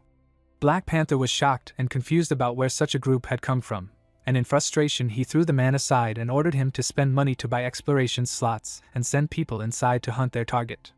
When told that the upcoming expedition slots were already taken by unidentified individuals, Black Panther roared in fury and ordered him to steal, snatch, or pay any price necessary to get their people in. He warned that if this rare chance to make a fortune was ruined, the responsibility would fall entirely on him. The scene shifted to a quiet room where Jean finished a call and said she understood everything before turning to Lee and informing him that the Black Panther gang had paid a very high price to buy many of the exploration slots they were holding. She asked how he had been so sure they would take the bait. Lee calmly explained that they would never give up the most profitable opportunity of the season, even if it cost them dearly. When Jean said she still did not understand, Lee revealed the unwritten rules of the mining sites, explaining that supervisors and managers secretly hid high-quality ore and rare items and used end-of-season equipment maintenance as a chance to smuggle them out and sell them.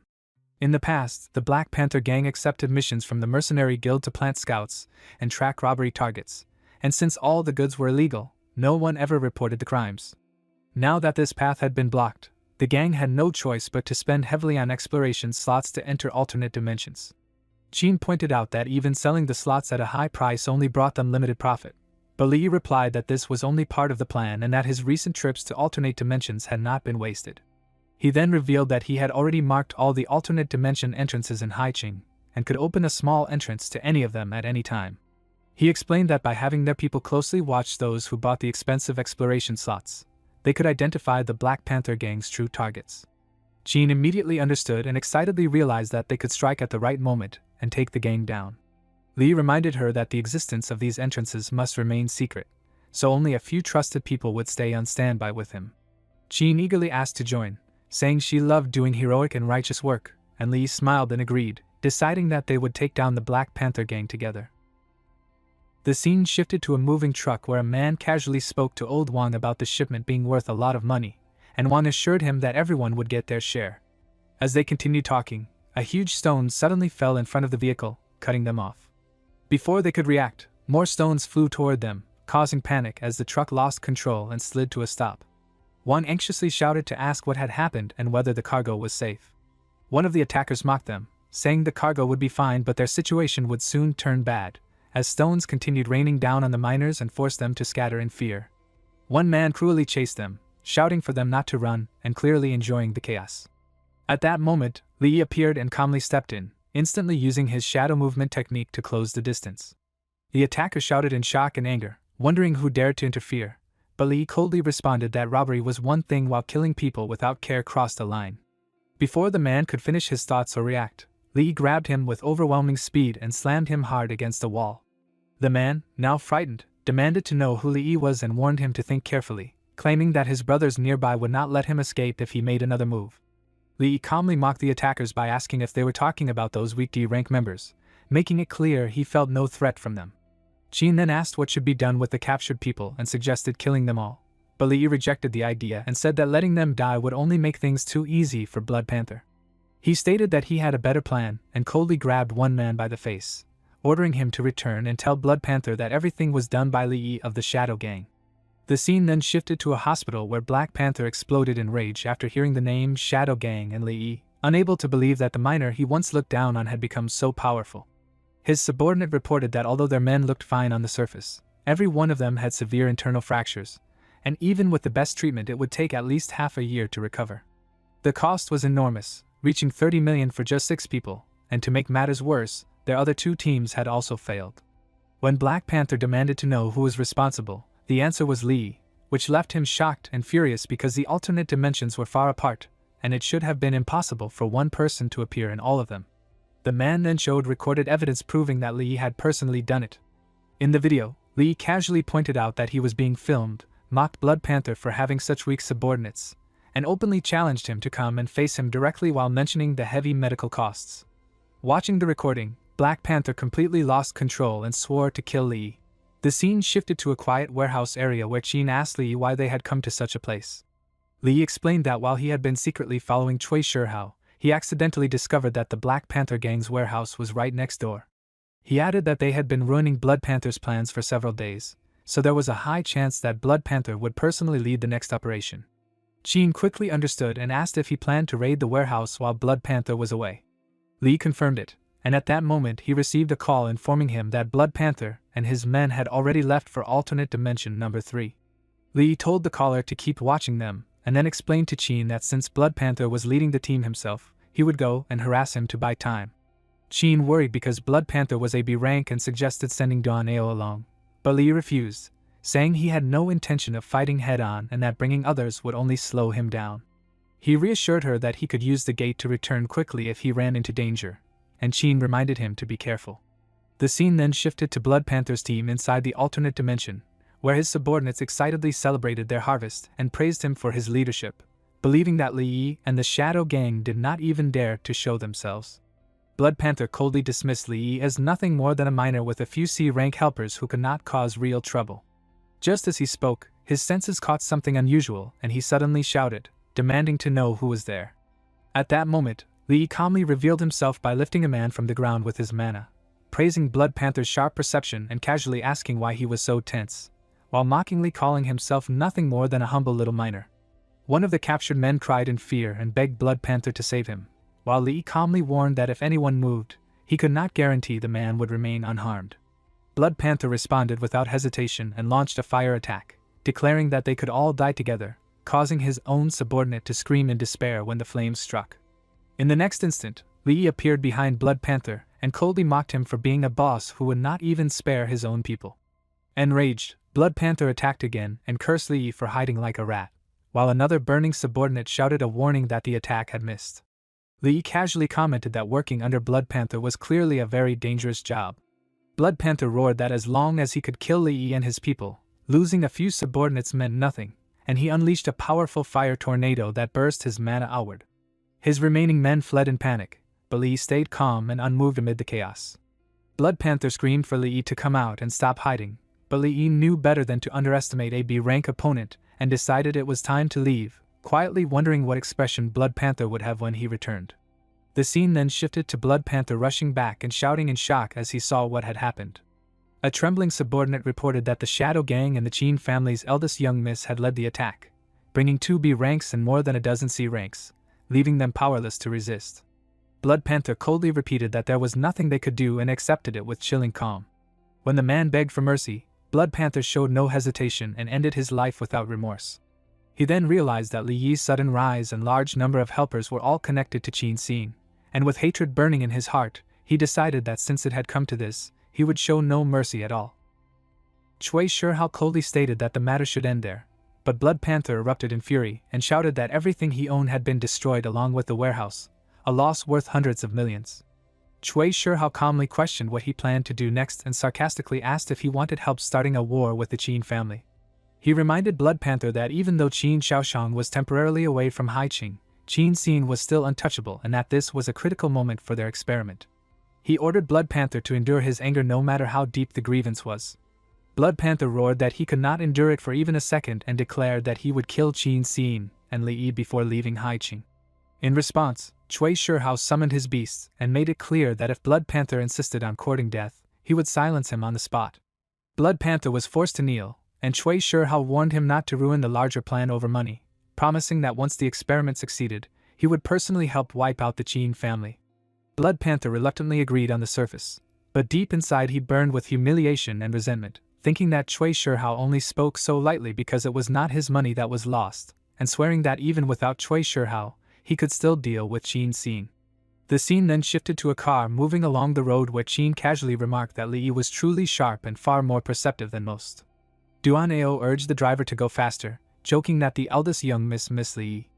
Qin immediately shouted at him in embarrassment, and denied ever saying such a thing.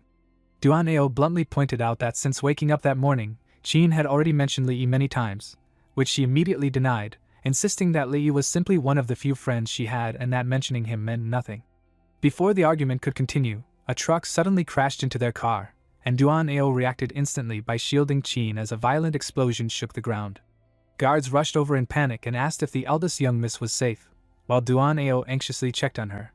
Qin confirmed that she was unharmed, but at that moment Blood Panther appeared and calmly greeted her, making it clear that he had been waiting for this chance.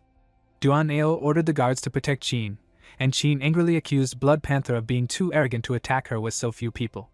Her expression suddenly changed when she realized something was wrong, and DONGHUA quickly warned that there was a problem with the water splashed on them. Blood Panther confidently explained that he would never act without full certainty and revealed that the liquid was phantom spider venom, powerful enough to knock out even an A rank for hours. As he launched his attack, DONGHUA shouted for Chin to run, but Blood Panther seized him by the throat and mocked his loyalty, claiming that devoted bodyguards never met good ends. DONGHUA screamed in pain as he was burned, leaving the situation dire. The scene then shifted to Lee training alone in the forest, calmly cutting wooden stems into pieces as he practiced. Entropic commented that his control over his abilities had become much more refined, and Lee replied that he was already C rank and asked to be called by a different name. His attention was drawn to his phone, and he wondered if Chin was calling. Entropic casually dismissed the strength of AC rank, calling it little more than an ant with extra power. At that moment, Blood Panther suddenly appeared on the screen, holding Chin captive and forcing Lee to look at who was with him. Lee's expression darkened as he immediately confronted Blood Panther, demanding to know what he thought he was doing. Blood Panther coldly declared that what he would do next depended on how important Chin was to Lee, giving him two cruel choices between paying 1 billion for her life or watching her be tortured to death. Chin urgently warned Lee not to listen and told him it was an ambush, but Lee chose without hesitation and agreed to pay the ransom, asking where the exchange would take place. Blood Panther ordered him to bring the money to the warehouse within 1 hour and come alone, threatening that Chin would die if the Chin family was alerted. Entropic advised Lee not to go, warning that his current strength was not enough, but Lee refused to abandon a comrade and calmly stated that it was still unclear who would die in the end. Later, Lee arrived at the warehouse, and Blood Panther mocked his courage while demanding the money. Lee insisted on seeing Chin first, and Blood Panther ordered her to be brought out, revealing her hanging helplessly by a rope. Lee calmly opened his storage space and delivered the ransom, which Blood Panther's men confirmed was real. After receiving the money, Lee demanded Chin's release, but Blood Panther laughed and admitted he had never planned to let Lee leave alive. Lee revealed that he had expected this betrayal and instantly vanished, causing a violent blast that shook the ground.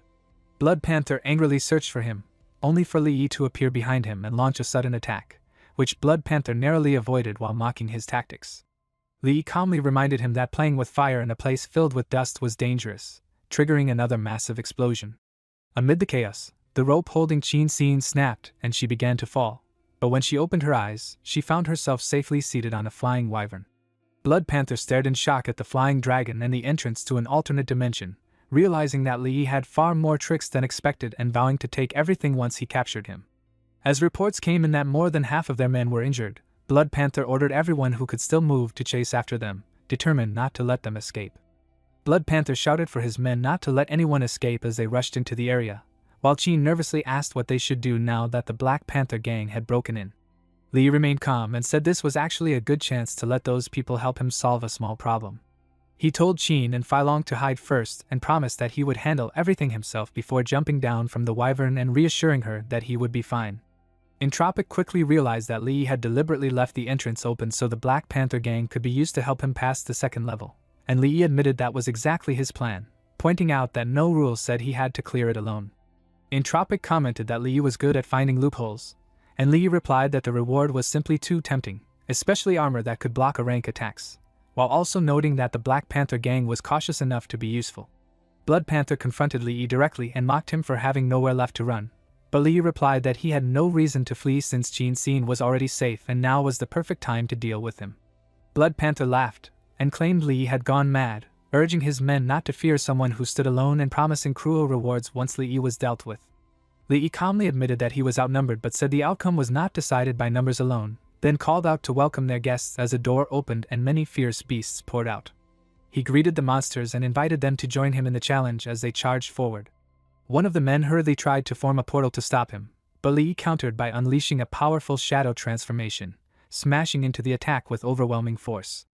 The clash shook the area, and Lee felt the terrifying strength of a B-rank attack, realizing he could not underestimate it as he dropped to one knee. Blood Panther sneered that blocking a single attack meant nothing and questioned how many more Lee could endure in his weakened state. Lee calmly answered that one was enough and told him to look around. At that moment, Blood Panther realized that countless monsters had already surrounded him from all sides. Black Panther shouted in rage as Lee escaped, and Lee ran while telling him to keep playing with the beasts while he left first. Blood Panther realized he had been tricked again and angrily ordered his monsters out of the way, swearing that he would tear Lee to pieces. The scene then shifted to the core area of the second level, where Li stepped out from a portal and checked with Entropic to make sure there was really armor ahead that could resist the rank attacks.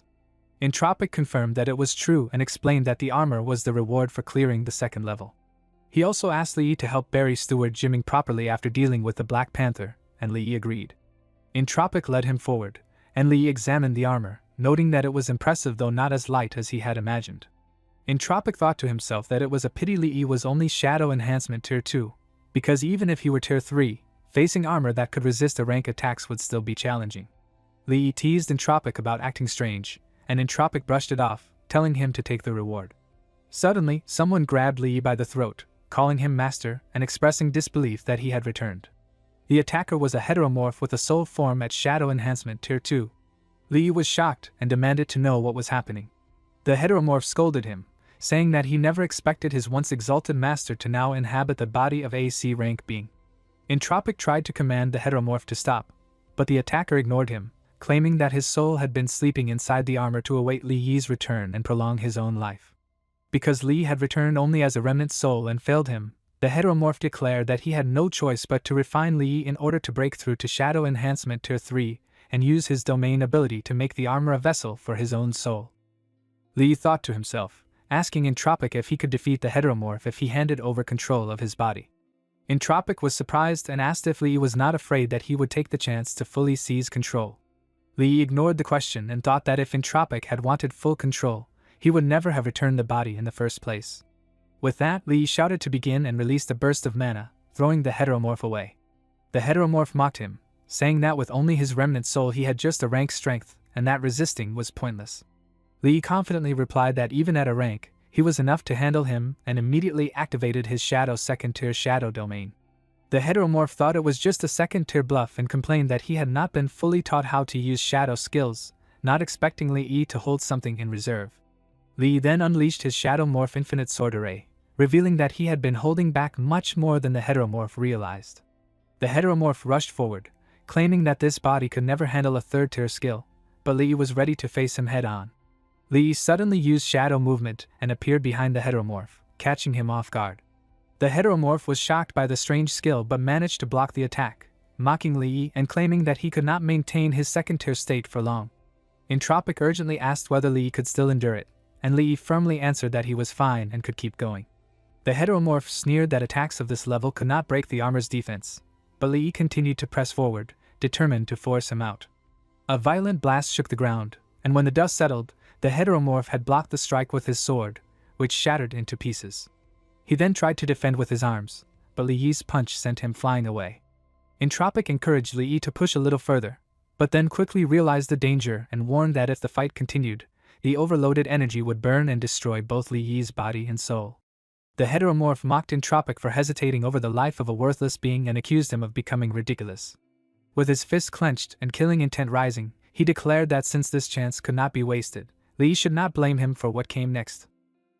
Heteromorph caught Entropic and declared that he finally had him, mocking that the dog he once raised had bitten him back and that this was the moment he could truly return to life. Li shouted Entropic name in panic, but Entropic calmly told Li to run. Li instead yelled at Heteromorph to let him go. Heteromorph laughed at the scene, mocking how touching it was that one of them feared his soul being burned and could not use full power, while the other was nothing but an ant yet still dared to attack. He threw Li away without mercy. Entropic then coldly told Li that he was only a C rank and should stop being an eyesore and leave at once. Li refused to retreat and spoke with anger, recalling how Entropic had treated him like a slave from the very beginning, forcing him to fight otherworlders and level up, making him obey every command until now. He declared that whether he stayed or left was his own choice. Li Yi rushed forward as mana burst from his body, remembering how he had once absorbed shadow energy to kill the Blood Panther and believing that today he could also help eliminate this traitor. Heteromorph sneered and challenged him, warning that Li Yi's body would not last and would explode from the strain. Li Yi shouted that it was none of his business, but in the next moment Heteromorph vanished. Li Yi felt his body falling apart as pain spread through him. Heteromorph mocked Li Yi again, calling the creature he chose foolish yet adorable, and laughed as he accused Li Yi of choosing suicide. He ordered Entropic to stop struggling and become nourishment for him, laughing loudly as dark mana suddenly gathered in front of him. Heteromorph was shocked as he sensed eternal night forming, an eternal night caused by the shadow domain, something he believed was impossible since he had not finished refining Entropic. As doubt crossed his mind about the true source of this shadow domain, Li stepped forward and calmly reminded him that he had already said he would eliminate him. A screen appeared in front of Li and displayed his current state, showing that he was a human of C rank who had reached the 3rd tier of shadow enhancement, possessed ultimate shadow eye, shadow jaunt, and the shadow domain. As Li understood the information, he realized that the true power of the shadow domain came from souls and that all souls slain inside it were turned into shadow energy. He finally understood why Heteromorph feared this power so deeply. Li spoke with cold confidence as he questioned what Heteromorph could do without his armor, then released a mana beam toward him. Heteromorph narrowly dodged the attack, but Li pressed forward and demanded that he come out of the armor. Using the shadow domain, Li slammed Heteromorph into the ground with a heavy impact. Heteromorph scoffed and said that even if Li had reached the 3rd tier, he was still only a C rank and that the armor could endure even a rank attacks. Li did not hesitate and calmly decided to change his method, charging straight at him. Heteromorph struck Li with a punch, but Li's body suddenly dissolved into the air, leaving Heteromorph shocked by the reckless move. Before he could react, dark mana surged around him and he screamed as the shadow energy engulfed his body, cracking and shattering the armor. Li then revealed the truth, explaining that Heteromorph had been hiding inside the armor because it absorbed shadow energy to reduce the damage done to his soul. Heteromorph realized that without the armor, dragging the fight any longer would only make him weaker, but he believed he still held Skyhold within his grasp. As he tried to escape, Li saw through his intent and stopped him, binding him tightly with dark chains formed from shadow energy.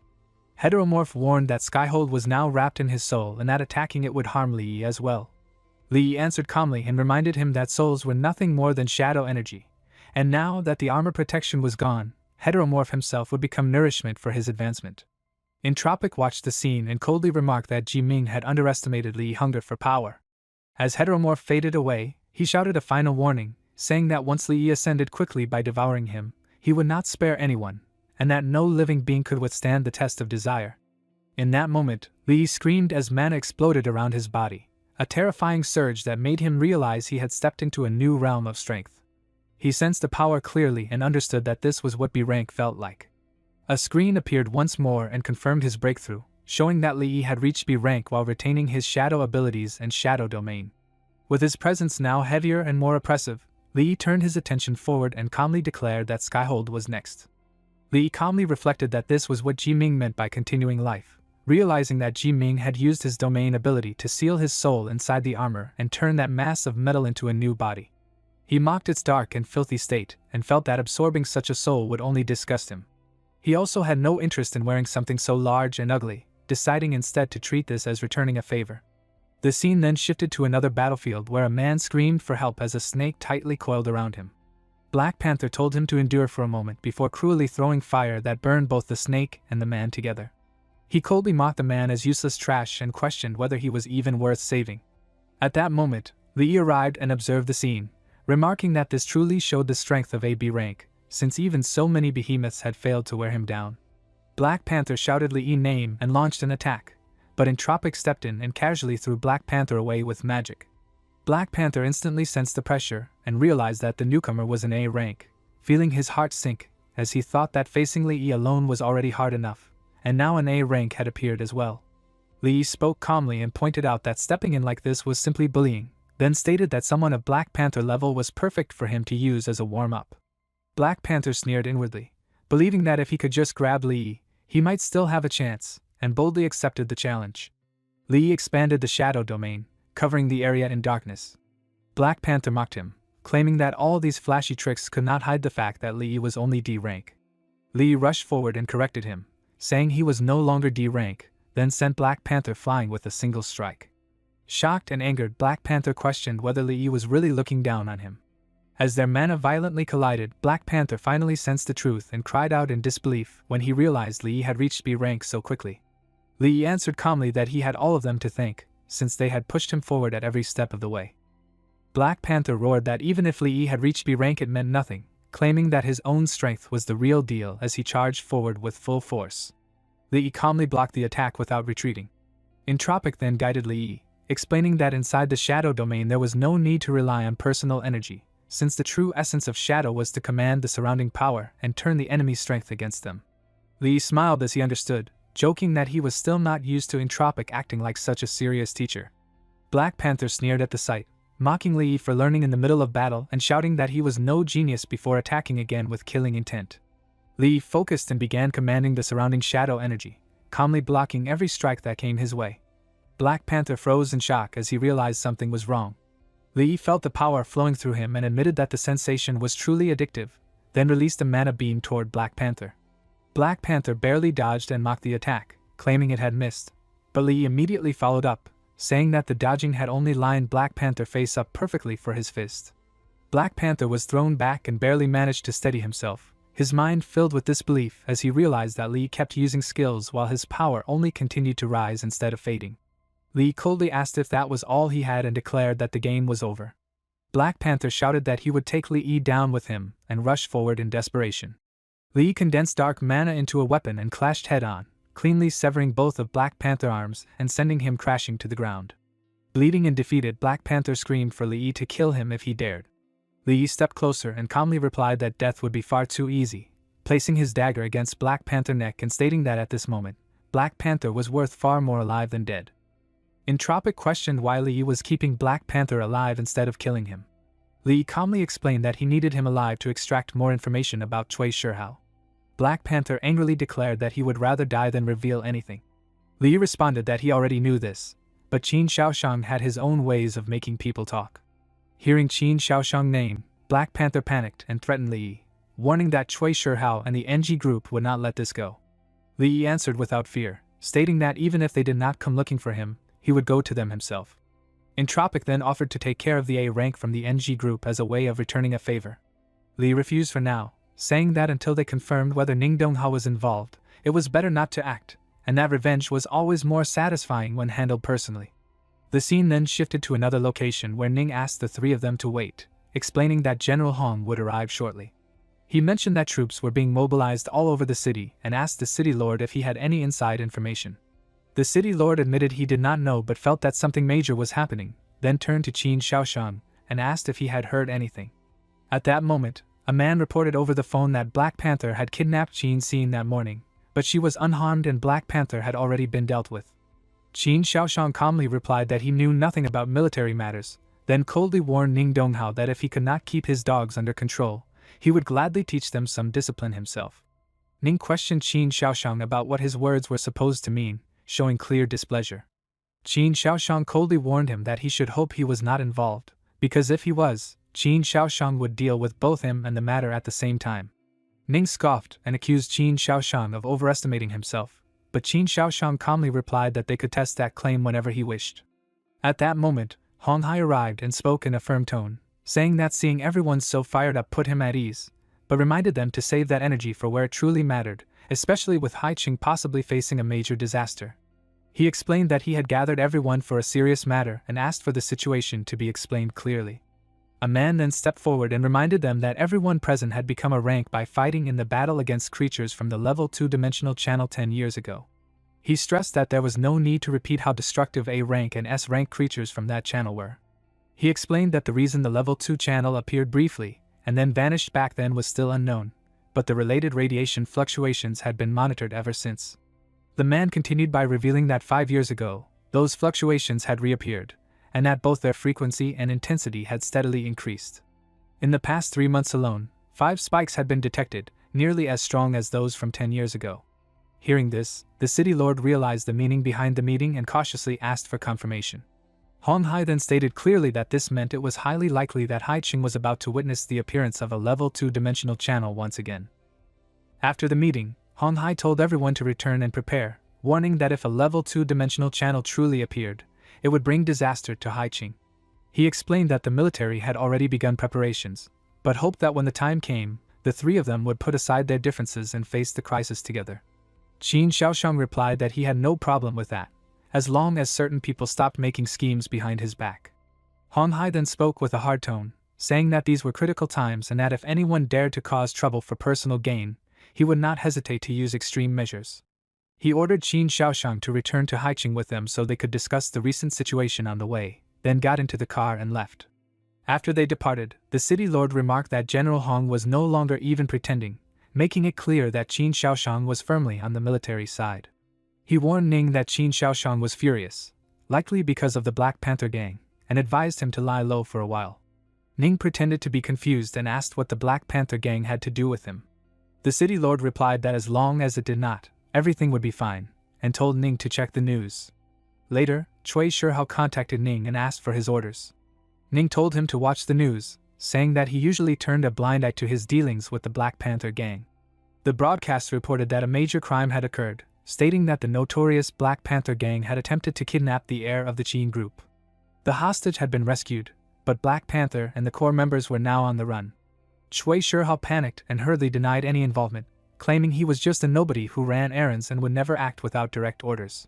Ning coldly warned him that he did not care whether he had to beg or even die, and ordered him to obtain Qin Xin forgiveness and completely cut all ties with the Black Panther gang. Otherwise, not even Ning himself would be able to save him. Cui Shihao could only nod in anger, cursing Black Panther for his stupidity. The scene shifted to Qin Xin as she worried about DONGHUA and told him to hold on, while Li stood beside her and calmly reassured her that the doctors were doing their best and that DONGHUA would survive.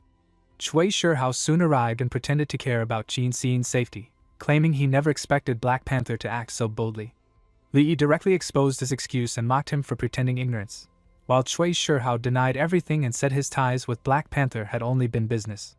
He promised to cut them off and help eliminate the rest, but Li coldly pointed out that he was only sacrificing a pawn to protect himself.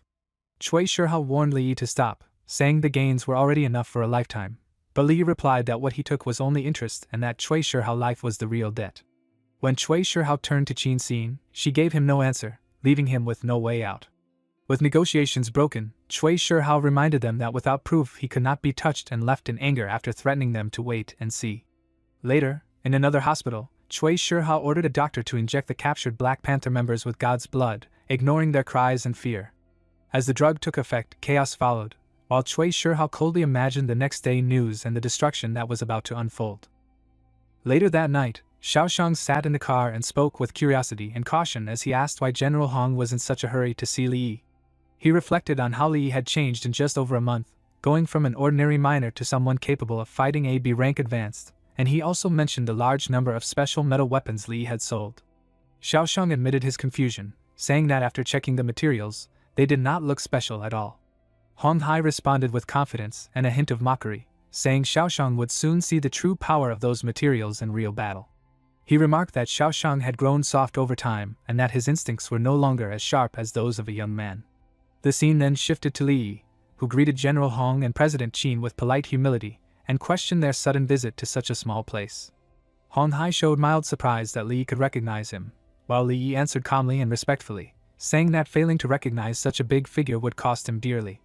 Hong Hai then asked why Li was not inviting them inside. Li replied with courtesy but explained that they had arrived at a bad time. Later, a guard reported that the live feed had been connected. Li spoke calmly but directly, saying that he could not sense any other powerhouses nearby and asked if Hong Hai was really planning to let regular soldiers face an advanced enemy. Hong Hai confirmed it without hesitation and silently observed that Li remained composed and did not question him recklessly. Inside, Li felt disturbed and wondered if Hong Hai was simply crazy or if he truly saw these soldiers as disposable, yet he could tell that Hong Hai was not bluffing. With a single order from Hong Hai, the operation began. The soldiers responded sharply and moved into formation, announcing the positioning of the attack squad and the drone defense squad. As Li watched the screen, he felt a chill when he recognized the enemies as members of the Black Panther gang whose bones he had once shattered, yet they now appeared fully healed. He sensed that something was very wrong with their condition. Entropic also noticed it and expressed doubt, suggesting it might be linked to that thing, though he found it hard to believe it could appear here. Gunfire erupted as the soldiers attacked, but the enemy countered with lightning. The soldiers reacted quickly, activating the drone defenses as drones formed a protective shield around them. They locked onto their target and launched a counterattack while maintaining formation and steadily advancing. Watching this, Li realized the terrifying level of the equipment, from the defensive drone shields to bullets capable of harming C-rank advanced, and he questioned whether all of this could really have been created using the materials he had provided. Xiaoshang turned to General Hong in shock and asked if this was the result of those materials. Hong Hai answered with certainty, saying that with enough resources, they could overturn the current order. Li acknowledged that the soldiers were indeed impressive, but as he continued to observe the battlefield, he noticed that one enemy had slipped through the net. Hong Hai explained calmly that the enemy Li was facing had not accidentally slipped through the net, but was someone he had deliberately saved for him. When the injected man suddenly attacked, Li immediately reacted and used his shadow technique, boldly asking if they wanted to see what he was capable of. The injected man charged again with pure killing intent. Li felt regret for the damage that would be done to Qin Xing's villa, and in the clash, the surrounding stone shattered. Watching closely, Hong Hai judged that Li Yi's strength should already be at B rank and possibly close to a rank. Xiaosheng thought this was an exaggeration, but Hong Hai dismissed it, noting that Li Yi was probably not even using his full power yet. During the fight, Li Yi questioned the injected man about his sudden rise to B rank, suspecting some form of doping. The injected man had lost all reason and attacked wildly, screaming that he was no longer human. Li decided there was no need to spare him and chose to hide part of his true strength in front of the two observers, believing his Tier 1 power was enough to finish the fight. With a decisive strike, he ended the battle. Hong Hai admitted that he had once thought reports about Li Yi were exaggerated, but now realized they had underestimated him. Li then questioned why Hong Hai had come at such a late hour, saying it could not be just to help deal with minor trouble. Hong Hai revealed that the military equipment used by the soldiers had been derived from the great sword Li Yi had provided, and his main purpose was to get Li Yi to supply more weapons or materials. Li Yi suggested that the military should be able to synthesize the materials on their own since they were already using them. Hong Hai said that was no longer the main issue because time was running out. He explained that a level 2-dimensional channel could appear near Haiqing at any moment, and with the current strength of the city's military and advanced fighters, they might not be able to handle it. Li felt a heavy pressure in his heart and sensed Qingtian's rage the moment the words level 2 channel were mentioned.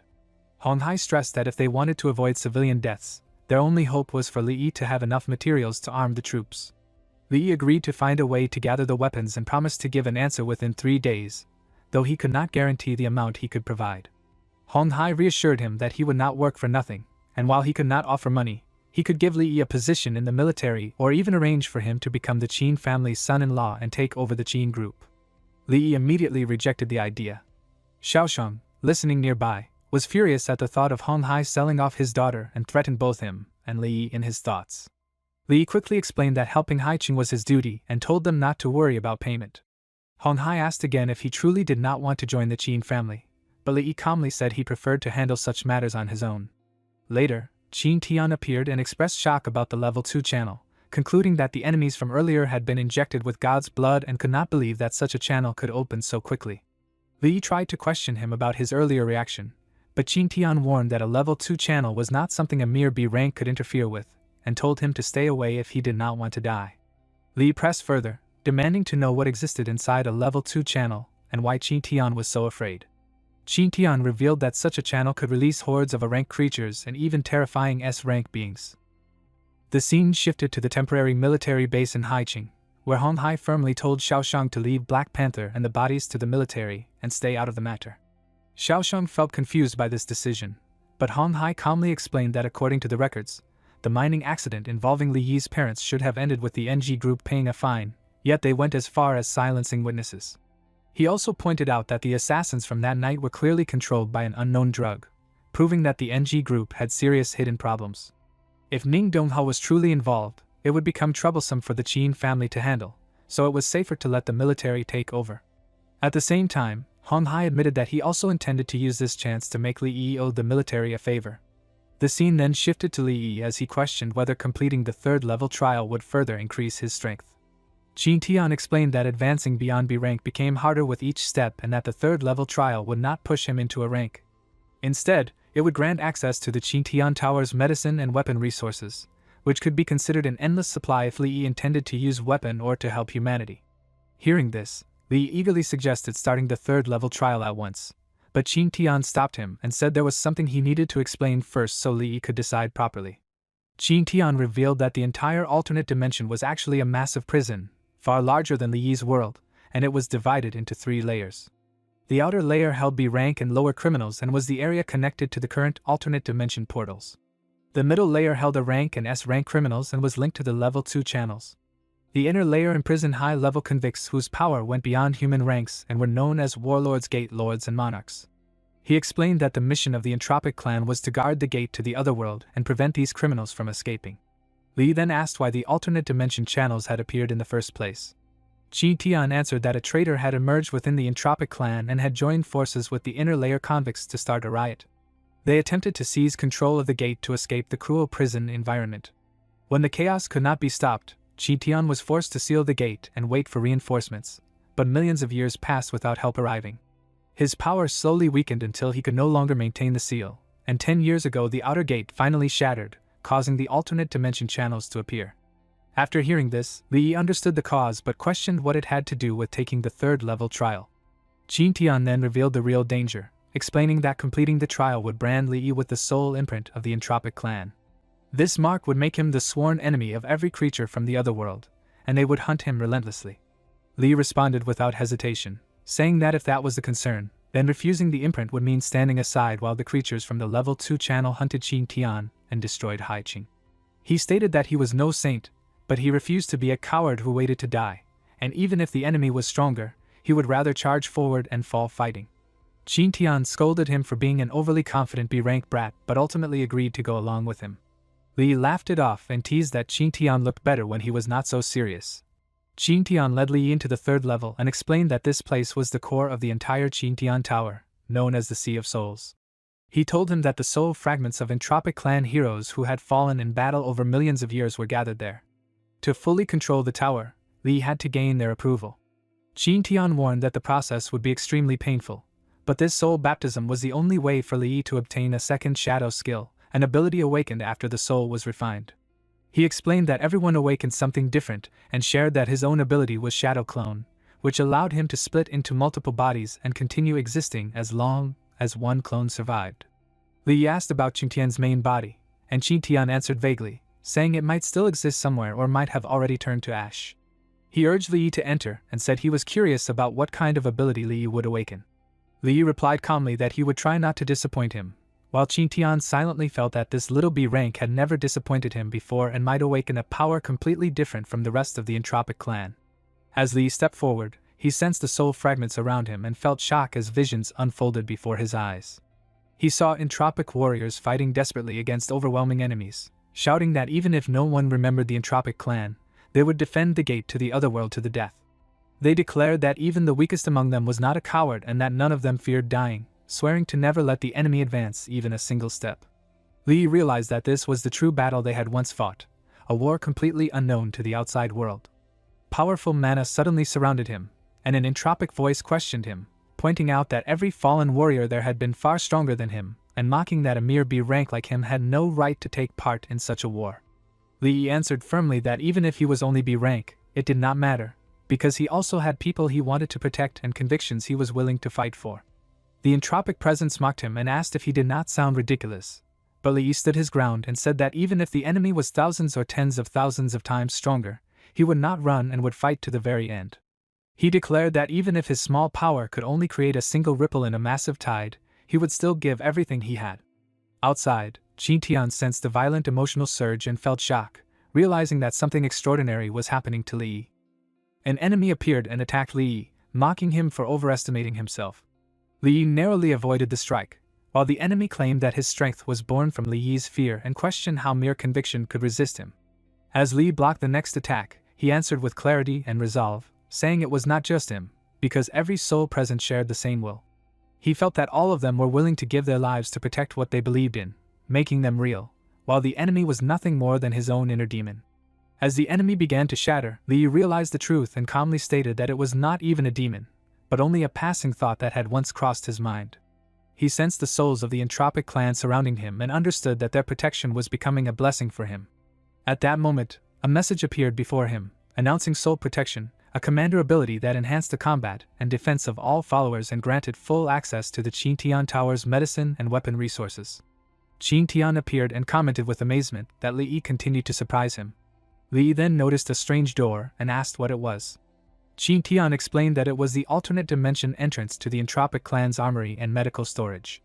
Curious, Li suggested checking it out, and Qi Tian revealed that the weapons and recovery potions stored there were enough to support a war involving hundreds of thousands of people. He added that the glowing areas were all filled with ore, meaning the supply Li needed to forge weapons was practically limitless. Li felt as if he had struck the jackpot and jokingly asked if the remaining levels also held such rewards. Qi Tian replied that the 4th and 5th levels were only combat simulations of the 2nd and 3rd layers of the otherworld prison, meant to improve Li's fighting ability, and they held no rewards. When Li asked about the 6th level, Qin Tian refused to explain and said Li was not qualified to know, hoping he would never have the chance to open it. Li felt that Qin Tian was being mysterious again and guessed that the final level might simply be empty, while Qin Tian silently endured his thoughts. The scene then shifted elsewhere, where a doctor reported to Cui Shihao that the injected men with God's blood had all been eliminated by the military and that Black Panther was being held in a secret military prison. Cui Shihao reacted with rage, realizing that Black Panther was still alive and could expose everything. Without hesitation, he ordered the immediate charging of the Level 2 channel. The doctor hesitated and warned that the surrounding area had not been evacuated, but Cui Shihao coldly dismissed civilian lives and demanded action. The doctor nodded and activated the process. Soon after, chaos broke out among the miners as they stared in terror at a strange phenomenon forming nearby. Cries echoed inside a growing mana barrier as people screamed for help and tried to escape. Outside the barrier, others shouted in fear that everyone trapped inside was doomed and urged each other to run as the glowing barrier continued to expand. A doctor reported that the radiation leaking from the Level 2 channel had already spread 10 kilometers, though the concentration was still within a controllable range. Cui Shihao ordered all communications to be blocked and the alternate dimension entrance sealed, making sure not a single word leaked out. He calculated that the small alternate dimension would not be able to contain the radiation for long and that within 36 hours it would begin spreading outward, drawing outside attention. When he learned that the Level 2 channel would fully open in 48 hours, he decided to keep everyone too busy to interfere during that time. He coldly ordered the release of the swarm stationed at the NG Group's 3 mining sectors and openly declared that since Ning Donghua had been investigating him, he would turn Ning Donghua into a public enemy. The scene then shifted to Hong Hai, who asked Li how much ore he had brought. Li answered that it was around 600 tons, which Hong Hai praised as generous before handing him a file. Li learned that it was Black Panther's testimony, confirming that his parents had not died in a mining accident but had been killed by the Black Panther gang under Cui Shihao's orders to hide a certain truth. Li demanded to know what they were trying to conceal, but Hong Hai admitted that the details were still unclear and required further investigation. When Li pressed him about whether Cui Shihao had been arrested, Hong Hai revealed that Cui Shihao had already gone missing and that the others implicated had vanished as well. He reminded Li that he was not part of the military and that much information could not be shared with him. Li then asked about Ning Donghua, but Hong Hai said the investigation results were inconclusive and warned that even if Ning Donghua were guilty, Li Yi's current status would only bring him endless trouble if he acted. Li asked for advice, and Hong Hai explained that a man's status determined what he was allowed to do. He suggested joining the military, saying that with the military as his backing, even someone like Ning Donghua could be dealt with freely. Li sensed that Hong Hai wanted more than just his enlistment. Hong Hai brushed this off and said that once Li Yi joined, he would be family, protected by the military, and that it would not be proper for him to charge them for valuable resources like or if they needed it. Before Li could respond, an assistant interrupted with an urgent report. Hong Hai ordered the video feed to be displayed, revealing that multiple insect swarm invasions had broken out across Haiqing. Seeing the affected areas, Li Yi's heart sank when he noticed Longmen Hospital among them, the same place where Duan Ao was staying. Panic surged through him as he immediately called Qin Xin and urged her to evacuate Duan Ao at once. As danger struck the hospital, Li shouted for her to get out immediately, knowing that the situation had already spiraled out of control. Chaos erupted inside the hospital as a guard shouted warnings and threw himself forward to hold back the insected, urging Qin Xin and Duan Ao to escape. Duan Ao weakly told Qin Xin to be careful as civilians fled in panic. Qin Xin was confused and frightened, unable to understand why insectids had appeared inside the hospital. Duan Ao urged her to leave first and not worry about him, but she refused, saying she would not abandon him. In the next moment, a monster struck her and sent her flying. Even after being knocked down, Qin Xin struggled to her feet. She shouted that even without combat skills, she was still AB rank advanced and could not run away and leave others behind. She rushed forward again but was struck once more and thrown aside, leaving the guard shouting her name in alarm. Far away, Li felt intense unease and realized Qin Xin was likely under attack. With no time to hesitate, he decided to try the new skill he had just awakened and reached out to her through their connection, calling her name and urging her to stand up. Qin Xin answered weakly and asked if he trusted her. Li replied without hesitation that he did, and encouraged her to show those insectids what she was made of. Fueled by his words, Qin Xin gathered her strength and attacked, slamming the monster to the ground. Shock filled her as she realized she had actually done it. Li appeared in time to catch her, lightly praising her strength. Overcome with fear and relief, She broke down crying and clung to him, admitting that she had truly believed she was about to die and would never see him again. Lee comforted her and promised that it would never happen, saying he would always protect her. DONGHUA dryly interrupted them, asking if they could help him down before getting too emotional. Later, Jin-Sin drank a recovery potion and stared in disbelief as her wounds healed instantly. DONGHUA was equally amazed by its effect. Soon after, a man approached them urgently and begged Jin-Sin to help rescue a trapped medical team. He explained that they were stuck inside the Sector 7 alternate dimension mine, which was now crawling with insectoids. Jin-Sin was shocked, since those mining areas were supposed to be fully cleared. Lee immediately recognized the danger and pointed out that Sector 7 mine belonged to the NG group. At the entrance of the mine, an announcer repeatedly declared that the mine was collapsing and ordered all unauthorized personnel to leave immediately, warning everyone not to gather at the entrance.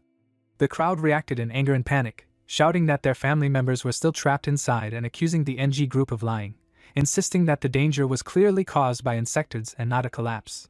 Some people begged to be allowed in to rescue their loved ones, arguing that every moment of delay increased the danger. The announcer responded harshly, denying the existence of insectoids and insisting it was only a collapse. He accused the crowd of spreading rumors and threatened force if they continued causing trouble. One man cried out that his brother had sent him a video proving insectoids were inside and questioned why rescue was being blocked even if it was a collapse. Instead of responding, the announcer ordered the arrest of those spreading rumors. Jin-Sin arrived at the scene and mocked how the NG group abused its power. The announcer immediately challenged her, but Jin-Sin demanded to know whether he would move aside or be forced to do so. He warned her that this was not Longmen 3rd Street territory and accused her of overstepping. Jin-Sin firmly replied that her people were trapped inside and that saving them was not overstepping at all. The announcer threatened that if she forced her way in, the NG group would show no respect to Longmen 3rd Street. At that moment, Lee silently appeared behind the announcer and calmly pressed a dagger to his neck, suggesting it would be easier if he simply ordered his men to let them through. The announcer panicked and revealed his identity as the vice president of the NG group. Lee dismissed this and said that as a mere E-rank miner with no background, he was not afraid of the NG group. When someone tried to attack Lee, he calmly drifted back and avoided the strike. Ning Donghua soon arrived and demanded to know what was happening. The vice president rushed to complain, accusing Jin-Sin of spreading rumors about insectoids and trying to force her way into the mine. Ning Donghua questioned Jin-Sin and demanded an explanation. She explained that a medical team was trapped inside and had reported the mine was full of insectoids. Ning Donghua rejected this claim, stating that the NG group had spent 3 years clearing the mine before receiving the permit and said he would ignore the matter out of respect for Qin Shaosheng. Lee stepped forward and questioned whether Ning Donghua was truly fooled by his subordinates or simply did not care about the lives of ordinary people. Ning Donghua angrily struck the ground and told Lee it was not his place to lecture him. Lee calmly pointed out that the mine entrance was right behind him and suggested he verify it himself. Ning Donghua refused, calling it baseless nonsense and saying he would not waste time checking. At that moment, Qin Tian asked Lee if he wanted him to handle the situation, but Lee refused and said there was no need because Ning Donghua was about to be humiliated. As he spoke, Lee quietly opened a portal, while Ning Donghua sensed something strange and wondered what that sudden sound was. A monster suddenly appeared from a portal, but Ning Donghua immediately killed it using his gravity manipulation magic. Lee realized there was no need for Ning to verify anything because the threat had already come straight to him. The crowd outside erupted in shouts, confirming that insectoids were indeed inside the mine and recording videos as proof to warn others. The announcer tried to maintain control, ordering everyone to stay put and to seize any phones that were recording. Lee confronted Ning Donghua and demanded if he was still going to stop them from saving the trapped people. Ning hesitated but then ordered his guards to stop blocking the way and to enter the mine to clear out the insectoids. Lee told Jin-Sin and DONGHUA to stay behind while he went in to save the trapped people. Jin-Sin urged him to be careful, and he nodded. Inside the mine, people reported that the number of insectoids was far greater than expected, with far too few rescuers to handle them. Ning Donghua instructed his advanced fighters to come as backup, but Lee criticized them for waiting, saying the longer they delayed, the lower the chances of survival for the trapped people. The guards worried that Ning's status was too valuable to risk, but Lee scolded them for losing their nerve and insisted that he would go in himself to save them. Ning Donghua tried to stop him, pointing out that he was only a C rank, but Li's mana flared as he shouted back and charged into the mine, using his Shadow Jawn technique to kill many insectoids with ease. Qin Tian noticed something strange about the insects, and Li agreed, feeling that these insectoids were different from any he had fought before. He activated his Shadow Morph Greatsword technique, shaking the ground with his mana and striking the monsters. Li asked in shock what God's blood was, and Qing Tian calmly explained that it was a toxin that could force any living creature to gain terrifying combat power. He said the toxin pushed the user into a berserk state and kept burning their life until they died from exhaustion. Qing Tian believed there had to be a mother bug nearby that was infected with it, since he had seen such things before. He recalled that the offspring of infected insectoids could sometimes be born directly as a ranks. Li questioned how such a dangerous toxin had ended up there, but before Qing Tian could answer, Li cut him off and said that figuring out the cause could wait because saving people mattered more. The scene then shifted to a dark cave where trapped people were shaking in fear as the noise outside kept growing louder. One man trembled and said that the sound was terrifying and wondered if the bugs had already found them, begging for someone to save them because he did not want to die. A doctor tried to calm everyone down and told them to hold on, firmly believing that someone would definitely come for them. At that moment, a huge monster suddenly crashed into the cave, smashing through the wall, and before anyone could react, Li stepped on the monster's body and coldly said that he had finally found it. The people erupted in cries of relief, shouting that an advance had arrived and that they were saved, desperately calling out for Olju. Ning watched the scene in disbelief and thought that Li was supposed to be only a C rank, yet he was handling advanced insectoids with ease. Ning felt shocked as Li fought so many enemies alone without any sign of his strength dropping, and he could not help but wonder if Li had already reached B rank or was even close to a rank. Qing Tian suddenly warned Li that the iron door on his left felt strange and that something was wrong inside. A man immediately panicked and shouted at Li, asking why that kid was heading there and ordering him to stay away, saying it was their group's warehouse for important items. Li sensed the presence of the mother bug behind the door and became even more certain. The man angrily yelled again, demanding that Li remove his hands and threatening him by saying he could never afford the loss if the items inside were damaged. Li calmly questioned him and wondered since when the NG group had started researching insectoids. The man reacted fiercely and accused Li of making wild accusations, but Li pressed on and suggested opening the door to see the truth. Ning then stepped forward and ordered the door to be opened. The man hesitated and explained that only the supervisor knew the password and that he could not contact him at all. Li said that the problem was simple and that he would use a rough method instead. He slashed the iron door again and again until it finally broke open. When he saw the dead bodies of miners inside, his expression turned cold and furious as he mocked the idea of important items. A painful thought struck his mind as he wondered if this was how his parents and uncle Hao had been killed. His anger exploded as he shouted that these miners were living people and questioned whether their lives were truly so worthless in the eyes of the NG group. He directly called out Ning Donghua and demanded an answer. A man suddenly shouted in disbelief when he recognized an ID tag, realizing it belonged to old Wang, who was said to have died in a mine collapse 2 years ago, yet his tag was found here. Ning was shaken and angrily demanded to know what was really happening. Li coldly pointed out that the truth was obvious, and said that someone had been feeding the miners to the mother bug as food. Ning turned furious and shouted at the man, ordering him to explain everything clearly. The man broke down and claimed he had only done it for the benefit of the NG group, explaining that 3 years ago they finally acquired the mine but later discovered a hidden mother bug underground. To avoid affecting the mine's operations, he chose this method. Li Yi's mana surged around him as his anger exploded, and he accused the man of feeding living people to that disgusting bug. Ning tried to stop Li Yi and questioned what he thought he was doing, while the man desperately begged Ning to save him. Ning then said this was an internal matter of the group and insisted it was not Li Yi's place to interfere. Li Yi responded sharply and said that if not 1,000, then at least hundreds of miners had died there, and questioned whether Ning was still trying to protect his vice president.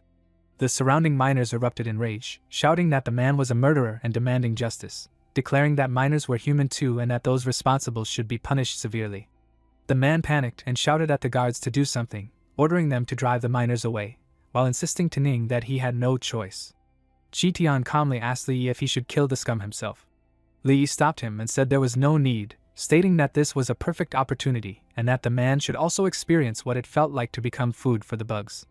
The man desperately tried to defend himself and told Ning that although the mother bug was only B rank, once its life was threatened it would enter a berserk state and reproduce wildly. He warned that when that happened, the mine would be sealed off and the NG group would suffer losses that could never be repaired. Ning clenched his fist and angrily shouted that the man was only worried about his own position in the group. At that moment, a violent blast shook the ground, and the mother bug suddenly appeared. The man screamed in terror when he saw it and tried to flee, crying that he did not want to die, but the monster caught him easily. He screamed for Ning to save him, but Ning coldly said that his existence only brought shame to the group and told him to go to hell together with the beast. In the same instant, Ning struck and killed both the man and the mother bug. Li calmly spoke afterward and pretended to be surprised, wondering how the mother bug had rushed out so suddenly. He then expressed fake concern and said it was fortunate that Ning had not been injured, since that would have been troublesome. Ning stared at him and asked if Li had been the one who forced the mother bug out. Li casually admitted that he was only helping to deal with the mother bug, but mocked that he did not expect the NG group to have not only disobedient subordinates, but even unruly bugs. He then warned Ning not to act recklessly and advised him to save his strength, reminding him that the media already knew what had happened and that he should think carefully about how to explain it. Ning glared at Li with hatred and vowed that sooner or later he would make him pay the price. Li replied calmly and said that he would be waiting. Li calmly said that the NG group would probably just apologize, pay some money, and let everything pass. He then brought the topic back to God's blood and asked Jin Tian to explain it clearly. Jin Tian said that God's blood only existed in the forbidden land of the Blood Clan, which was in the third layer. He said it should have been impossible for it to appear here. Li was confused and asked about the Blood Clan, saying he had never heard of them. Jin Tian explained that even the weakest among them were S rank, which was why they were imprisoned in the inner layer of the otherworld prison. Li was shocked and asked if even their newborns were S rank. Jin Tian clarified that the Blood Clan was not a true race but a name for creatures that adapted to God's blood. He said not everyone survived, but those who did became at least S rank. Li thought about the danger if a member had escaped, but Jin Tian denied it and said the world would have been destroyed if that happened. Jin Tian left in the middle of their conversation, saying Li Yi's mating partner had arrived. Soon after, Jin arrived excitedly and said she was moving in with Li Yi. He was startled and said it might be a bad idea because her father would be angry. Jin ignored him and complained that her father was hiding new skills from her to keep her from getting stronger. Li told her she was already strong as AB rank advanced and reminded her she had even defeated AD rank in Sector before. Jin said she did not need comfort and admitted she knew Li had used a buff skill on her back then. She said even with help she was only slightly stronger than a normal person and firmly said she wanted to become stronger so she would not be a burden to him. Li gently patted Jin's scene and told her she had never been a burden to him. She looked up and asked softly if that was really true. Nearby, Xiaoshang watched angrily, thinking Li should be careful and blaming Duan Ao for not protecting her properly. Li then casually said that although Jin's scene was not a burden, her father definitely was. Xiaoshang quickly changed his tone and told his daughter to trust him, insisting there was no secret way to awaken skills. Jin's scene shouted back that he was lying because she had heard him talking about it with Uncle Hong. Xiaoshang panicked and said the matter was classified. Jin's scene refused to go home unless he told her, and Xiaoshang finally agreed to explain. He revealed that there was a way to advance quickly and awaken new skills. 10 years ago during a battle against the level 2 channel, a few people had advanced and awakened new skills after long exposure to high concentration radiation. Those cases were rare, and the survival rate was less than 1%, which was why he had never told her. Li realized this might mean the level 2 channel that could appear soon was man-made. Xiaoshang admitted he and General Hong suspected Cui Shihao's experiments might be an attempt to open a level 2 channel, but it was unlikely because it would require too many people willing to risk death. Elsewhere, Cui Shihao asked Matt if the people below looked afraid of dying. Matt said they seemed normal, but Cui Shihao explained they were terrified and only kept working because they believed the radiation would make them advance instead of killing them. In a cage, a patient begged Cui Shihao for medicine, claiming he was a rank and useful. Cui Shihao coldly said without the medicine they would die even if they became S rank and added that if their raw materials regenerated faster, they could have turned more people into S rank and built an army strong enough to conquer the world. The system announced that radiation levels were rising rapidly and had reached 100%, signaling that the level 2 channel was fully open and all systems were functioning normally. Cui Shihao felt a wild surge of energy inside him for the first time in years and his subordinates cheered in excitement, celebrating their success. Suddenly the system warned of a massive influx of alien creatures, and people panicked as they realized the beasts were of the S rank. Cui Shihao remained calm, reminding everyone that they all had God's blood in their veins and believed the beasts would not attack them. Matt warned that if they ignored the creatures, they could break into Haiqing City. Cui Shihao smiled at the chaos, thinking it was perfect that the animals would fight the city's people while he could grow under the radiation and soon become an S rank to redefine Haiqing's order. In the city, officers told everyone to stay alert and check the perimeter, and a soldier reassured them that their patrols kept the area safe. Suddenly, a thunder wolf of a rank appeared, and the soldiers panicked, calling for command and reporting that Patrol Squad 6 was under attack. Meanwhile, Xiaosheng begged Qin Xin to come back with him, but she refused. Qin Tian and Li sensed that something was wrong. Qin Xin asked Li what was happening, and he realized a B-rank tiger wolf was nearby and told Duan Ao to protect her. Li rushed forward, slashing his sword and throwing the beast away. Xiaosheng was shocked to see a B-rank beast and asked how it had appeared, while Li explained that it was not just in one place and that he could sense the presence of more beasts inside the city. The scene moved to the military Haiqing temporary command post where chaos had erupted. Soldiers shouted that squads 2, 3, and 4 had been attacked and that the beast race was assaulting the 3rd defense zone. Most of the beasts were being held at the outer perimeter, but 2 defensive lines had already been broken. Traces of a rank beast were found in multiple places in the city center. Xiaosheng realized that the number of beasts was enormous and thought of it as a beast tide. Li wondered where all the beasts were coming from. At that moment, Hong Hai arrived and told Xiaosheng to come with him to the frontline command post while instructing Xin to return to Longmen 3rd Street since there were no beasts there yet, but he feared trouble without a strong fighter guarding it. Qin Xin asked Li if he was coming with her, but he said he was fine with whatever. Hong Hai told Li to stay and that he had other plans for him. Li handed Xin a small wyvern and told her it might still be useful in a pinch. She agreed and told him to be careful and that she would wait for his return. Hong Hai warned Tu Young that the beast tide was serious and even with heavy weapons, the S-rank and A-rank fighters would have to hold the fort at the front lines. Li told Hong Hai to just say what he wanted and asked why he had shown him all the feeds. Hong Hai explained that some beasts had broken into the military academy, and he wanted Li Yi to help the soldiers and rescue the students. Li Yi agreed without hesitation. Hong Hai asked if he was not going to ask what rank the beasts were, but Li Yi said there should only be 1 or 2 A ranks, and he could handle them as long as he did not face them all at once. Hong Hai said he would await Li Yi's good news. Xiaosheng complained about being stopped and wanted to teach Li Yi a lesson, but Hong Hai warned him that he, the future father-in-law, might not be a match for Li Yi. Xiaosheng insisted he could beat him, but Hong Hai realized that Li Yi had the power to even stand against an S rank. The scene then shifted to the military academy where a boy complained that the beasts were too cunning and kept ambushing their search and rescue teams. He said that if students were not inside, he would have leveled the place with artillery long ago. Another soldier reported that reinforcements from HQ had arrived, but according to the files, the new arrival was only an E-rank minor. The boy was shocked and angry, saying that he and his partner were B ranks and had suffered heavy casualties leading their teams, and he could not understand what an E rank could do. Another boy assumed the new arrival was just a rich kid trying to pad his resume and wanted him kicked out. Suddenly a soldier warned that a beast was behind their tent. Li rushed forward and swiftly killed the beast with multiple slashes of his weapon. The boy was startled and could not believe what he had seen. Li scolded them for questioning him despite his awareness and skill. The soldiers confirmed that the files really listed him as an E-rank minor, yet he had instantly killed a B rank. Li told them to stay on guard and leave the rescue to him. Li noticed that the beasts were very smart, hiding in the dark and waiting for the right moment to attack, which explained why the search and rescue teams kept getting ambushed. Qin Tian remarked that the beasts were even smarter than insectoids, and that at S rank their intelligence was no different from a human's.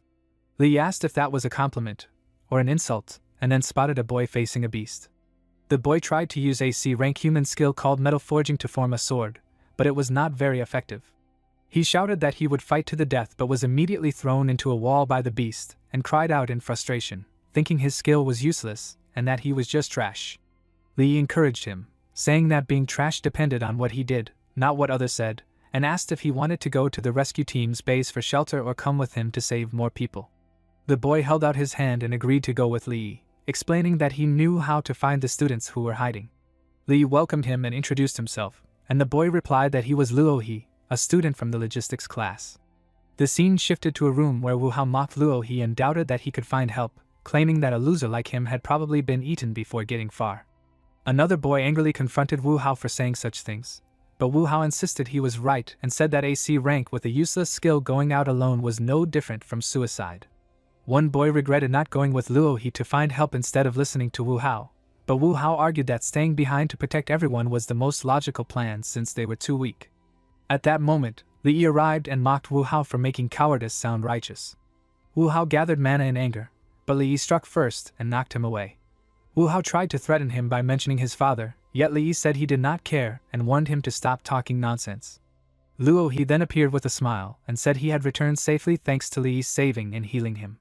The students were overjoyed to see Luo He alive and felt hope after realizing someone had arrived.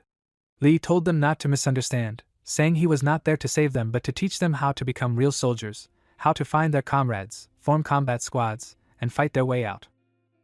The students trembled as they realized there were many B-rank beasts outside, and even trained soldiers would struggle to fight them.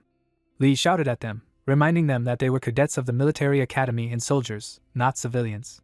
He asked if they were really going to hide and wait to be saved while abandoning their comrades.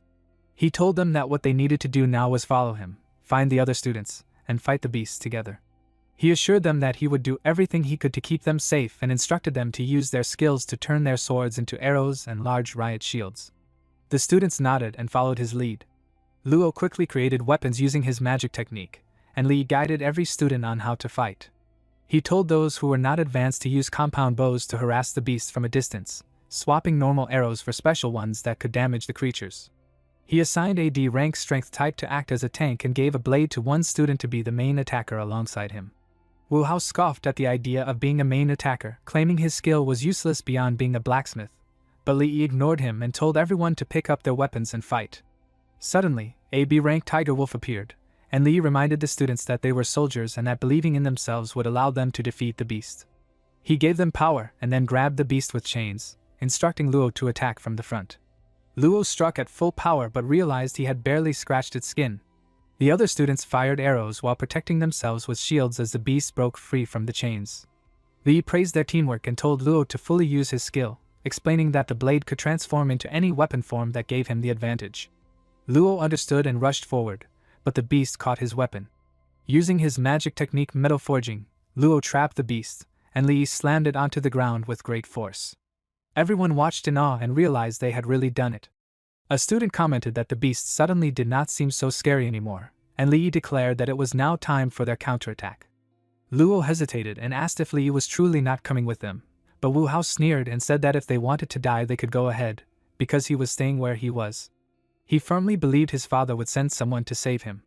Li cut the discussion short and urged everyone to move, saying that the more time they wasted, the more danger the surviving students would face. Luo still felt uneasy and asked if they were really going to leave Wu Hao behind, but Li answered coldly that they were not abandoning him, because he had already abandoned everyone else out of his own cowardice. Elsewhere, a group of soldiers ran into a beast, and their captain quickly identified it as part of the beast's race. He ordered the defense squad to move up and form an attack formation, while the advanced squad launched their assault. Explosions struck the beast, and the captain used roots to bind it, shouting for it to die. The soldiers anxiously asked if it had worked, but the beast broke free and charged again. The captain immediately ordered everyone to scatter. Bullets poured into the beast, yet the soldiers shouted in panic when they realized the shots were useless. The captain then yelled for them to run and leave him behind. As the beast roared, Li suddenly appeared behind it, praised the captain for doing well as an instructor, and decapitated the beast in a single strike, saying it would be a shame for him to die there. The captain was stunned and wondered if Li was in A rank after witnessing him kill a B rank so easily.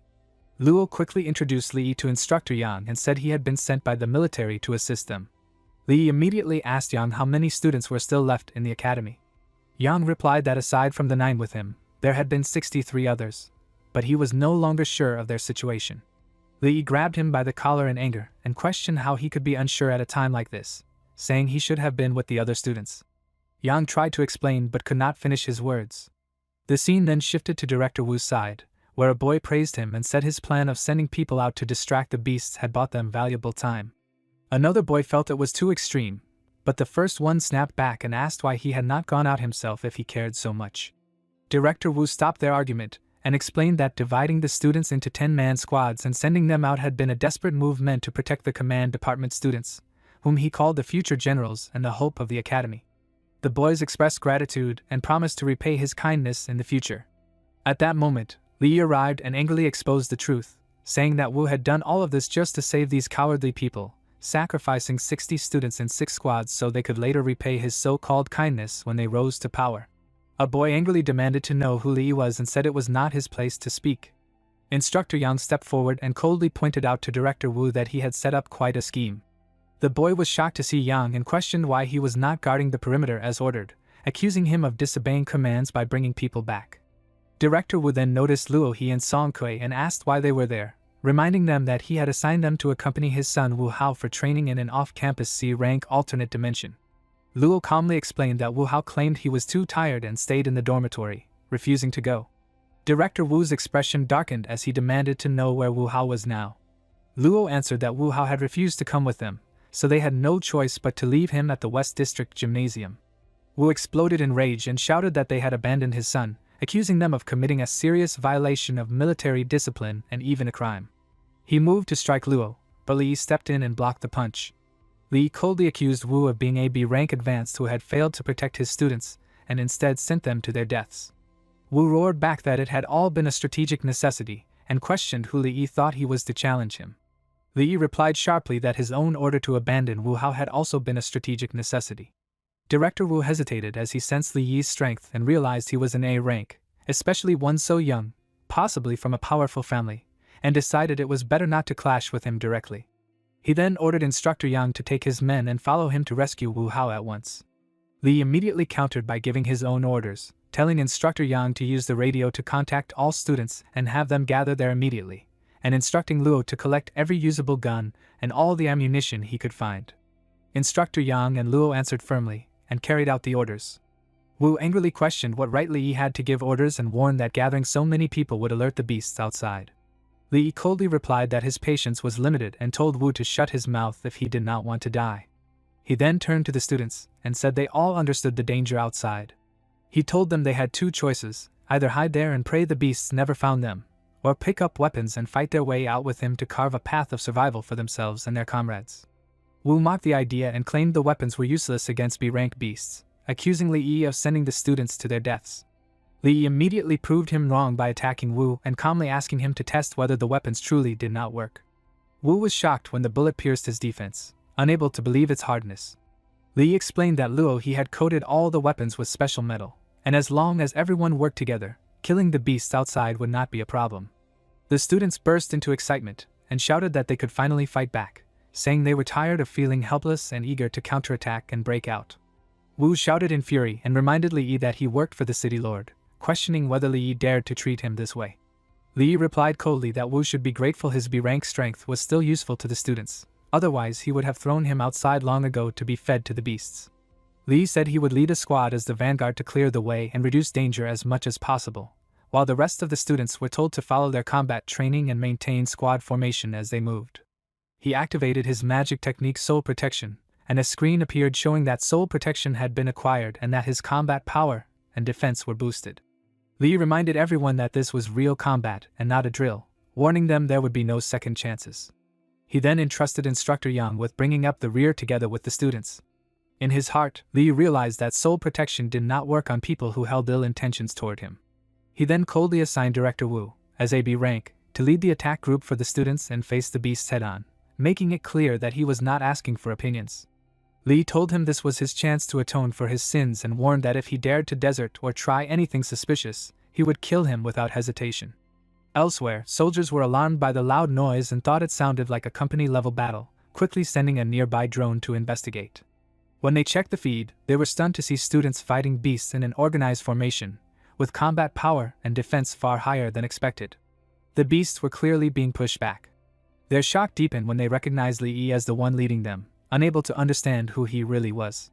Back on the battlefield, Li Yi calmly called out the positions of beasts at 4 o'clock and 10 o'clock and handed them to Instructor Yang. Yang immediately ordered the squads to split up and attack. Gunfire erupted as bullets poured into the beasts. Li then warned everyone to brace for impact before leaping high into the air. With a decisive sword slash, he wiped out everything in his path, and the resulting blast shook the ground violently. Luo felt shocked as he watched the battlefield and thought it was unbelievable that so many beasts had been taken down in an instant, secretly admiring Li Yi and wishing he had that kind of power. Li Yi then asked Qin Tian if he had already reached a rank. Qin Tian explained that the gap between B rank and A rank was huge and told him that with his weak physique, it was impossible to cross it so fast. He said Li Yi was only able to deal with the B rank tiger wolves so easily because of the shadow enhancement, and warned that against a real A rank beast, Li Yi would still need his help. Li Yi calmly replied that once he escorted the students to safety, he would come back and try his luck against an A rank tiger wolf. After clearing the open area, he ordered everyone to rest for a while. Soon after, a soldier rushed over with bad news, reporting that Director Wu and the command department students had disappeared and might have gone toward the West District Gymnasium to look for Wu Hao. Instructor Yang asked if they should go support them, but Li rejected the idea and said the route to the West District required crossing a dangerous open field, so they would stick to the nearest and safest path. At the same time, Director Wu led his group away from the main force, brushing off concerns by claiming that staying with Li was the real danger. He believed the main group was drawing the beasts away and felt confident since they had not encountered any beasts along the way. However, the mood suddenly changed when a terrified soldier spotted a large number of beasts ahead, including higher-ranking ones. Wu was stunned and tried to reason that Li Yi's group had passed through earlier, but then realized the beasts might have gathered there after hunting. With no way to bypass the area to reach the gymnasium, a soldier suggested retreating, but Wu firmly refused. Li calmly assessed the situation and said they were still 3 kilometers away from the military rescue team. He noted that there were fewer beasts in the area and that the terrain favored them, so he decided they would rest for 15 minutes before moving again. Suddenly, a violent blast shook the ground, and Instructor Yang immediately demanded a report from the sentry, suspecting grenade explosions. A soldier hurriedly reported that someone was throwing grenades in their direction and confirmed it was Director Wu and his group. The explosions were drawing a large number of beasts over, including suspected ranks. Another soldier praised the director and said he had cleverly lured the beasts away. Director Wu coldly stated that he only hoped they could hold out longer and buy his group more time. As beasts began entering the barrier, Li quickly judged that there were over a dozen B ranks and 2A ranks nearby. He explained that if they stayed hidden, they would be discovered sooner or later, and forcing their way through was impossible. He decided that the only option was for him to go out alone and draw the beast's attention, ordering Instructor Yang to lead the students and retreat immediately. Luo protested and said it was too dangerous, offering to fight alongside him. Li firmly refused and told them all to evacuate, explaining that he could not guarantee he would draw every beast away. He placed the responsibility of protecting the students on them and reassured everyone that if he was alone, he was confident he could escape safely even if he could not win. From a distant observation point, staff stared at the drone feed in shock and confirmed the presence of rank beasts, urgently notifying headquarters to send a rank support. One man watched Li on the screen and could not believe what he was seeing, questioning whether that kid was truly planning to face multiple rank beasts alone, and calling him completely insane. On the battlefield, Li clashed with the beasts as they blocked his attacks and struck back, only to be stopped again. Qin Tian appeared and casually pointed out that there were 2 rank tiger wolves, asking if Li could handle them. Li replied with a grin and teased that Qin Tian looked even more excited than he was, guessing his hands were itching for a fight. Qin Tian scoffed and claimed he was only worried Li would get beaten. Li laughed it off, told him to beg if he wanted help, and remarked that everyone had arrived. He then said they should deal with the annoying ones first and activated his shadow domain. Instructor Yang urgently ordered everyone to retreat at once and told them to keep moving together.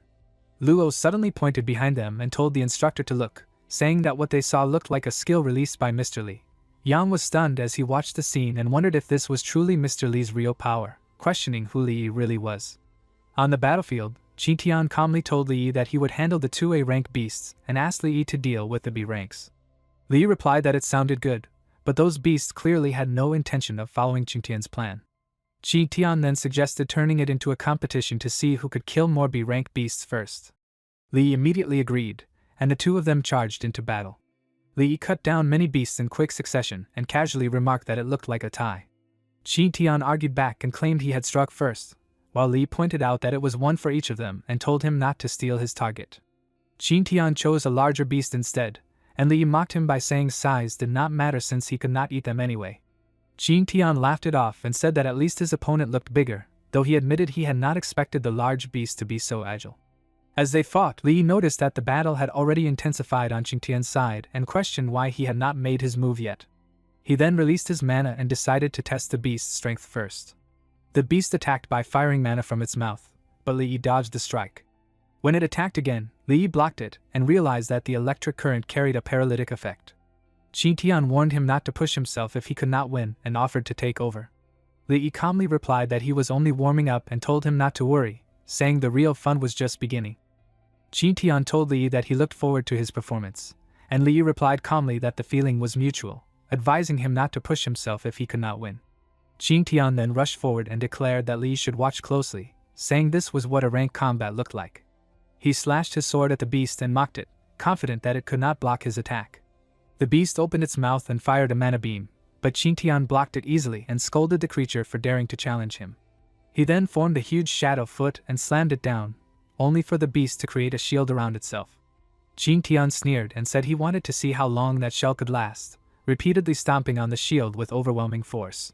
Li watched the fight and thought that Qingtian's bad habit of stepping on enemies had returned, yet he could clearly feel that Qingtian's control over shadow energy was far more refined than his own.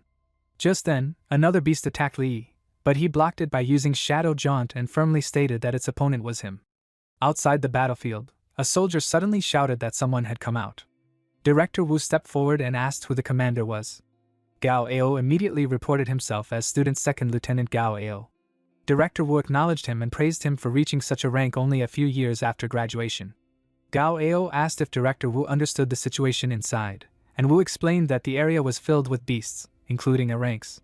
He said he had barely escaped after leading the students in a desperate resistance, and that his strength was limited, allowing him to save only 3 students while the rest were left behind. Gao Ao comforted him and said he had done his best. Another man supported this and said they would have died without the director.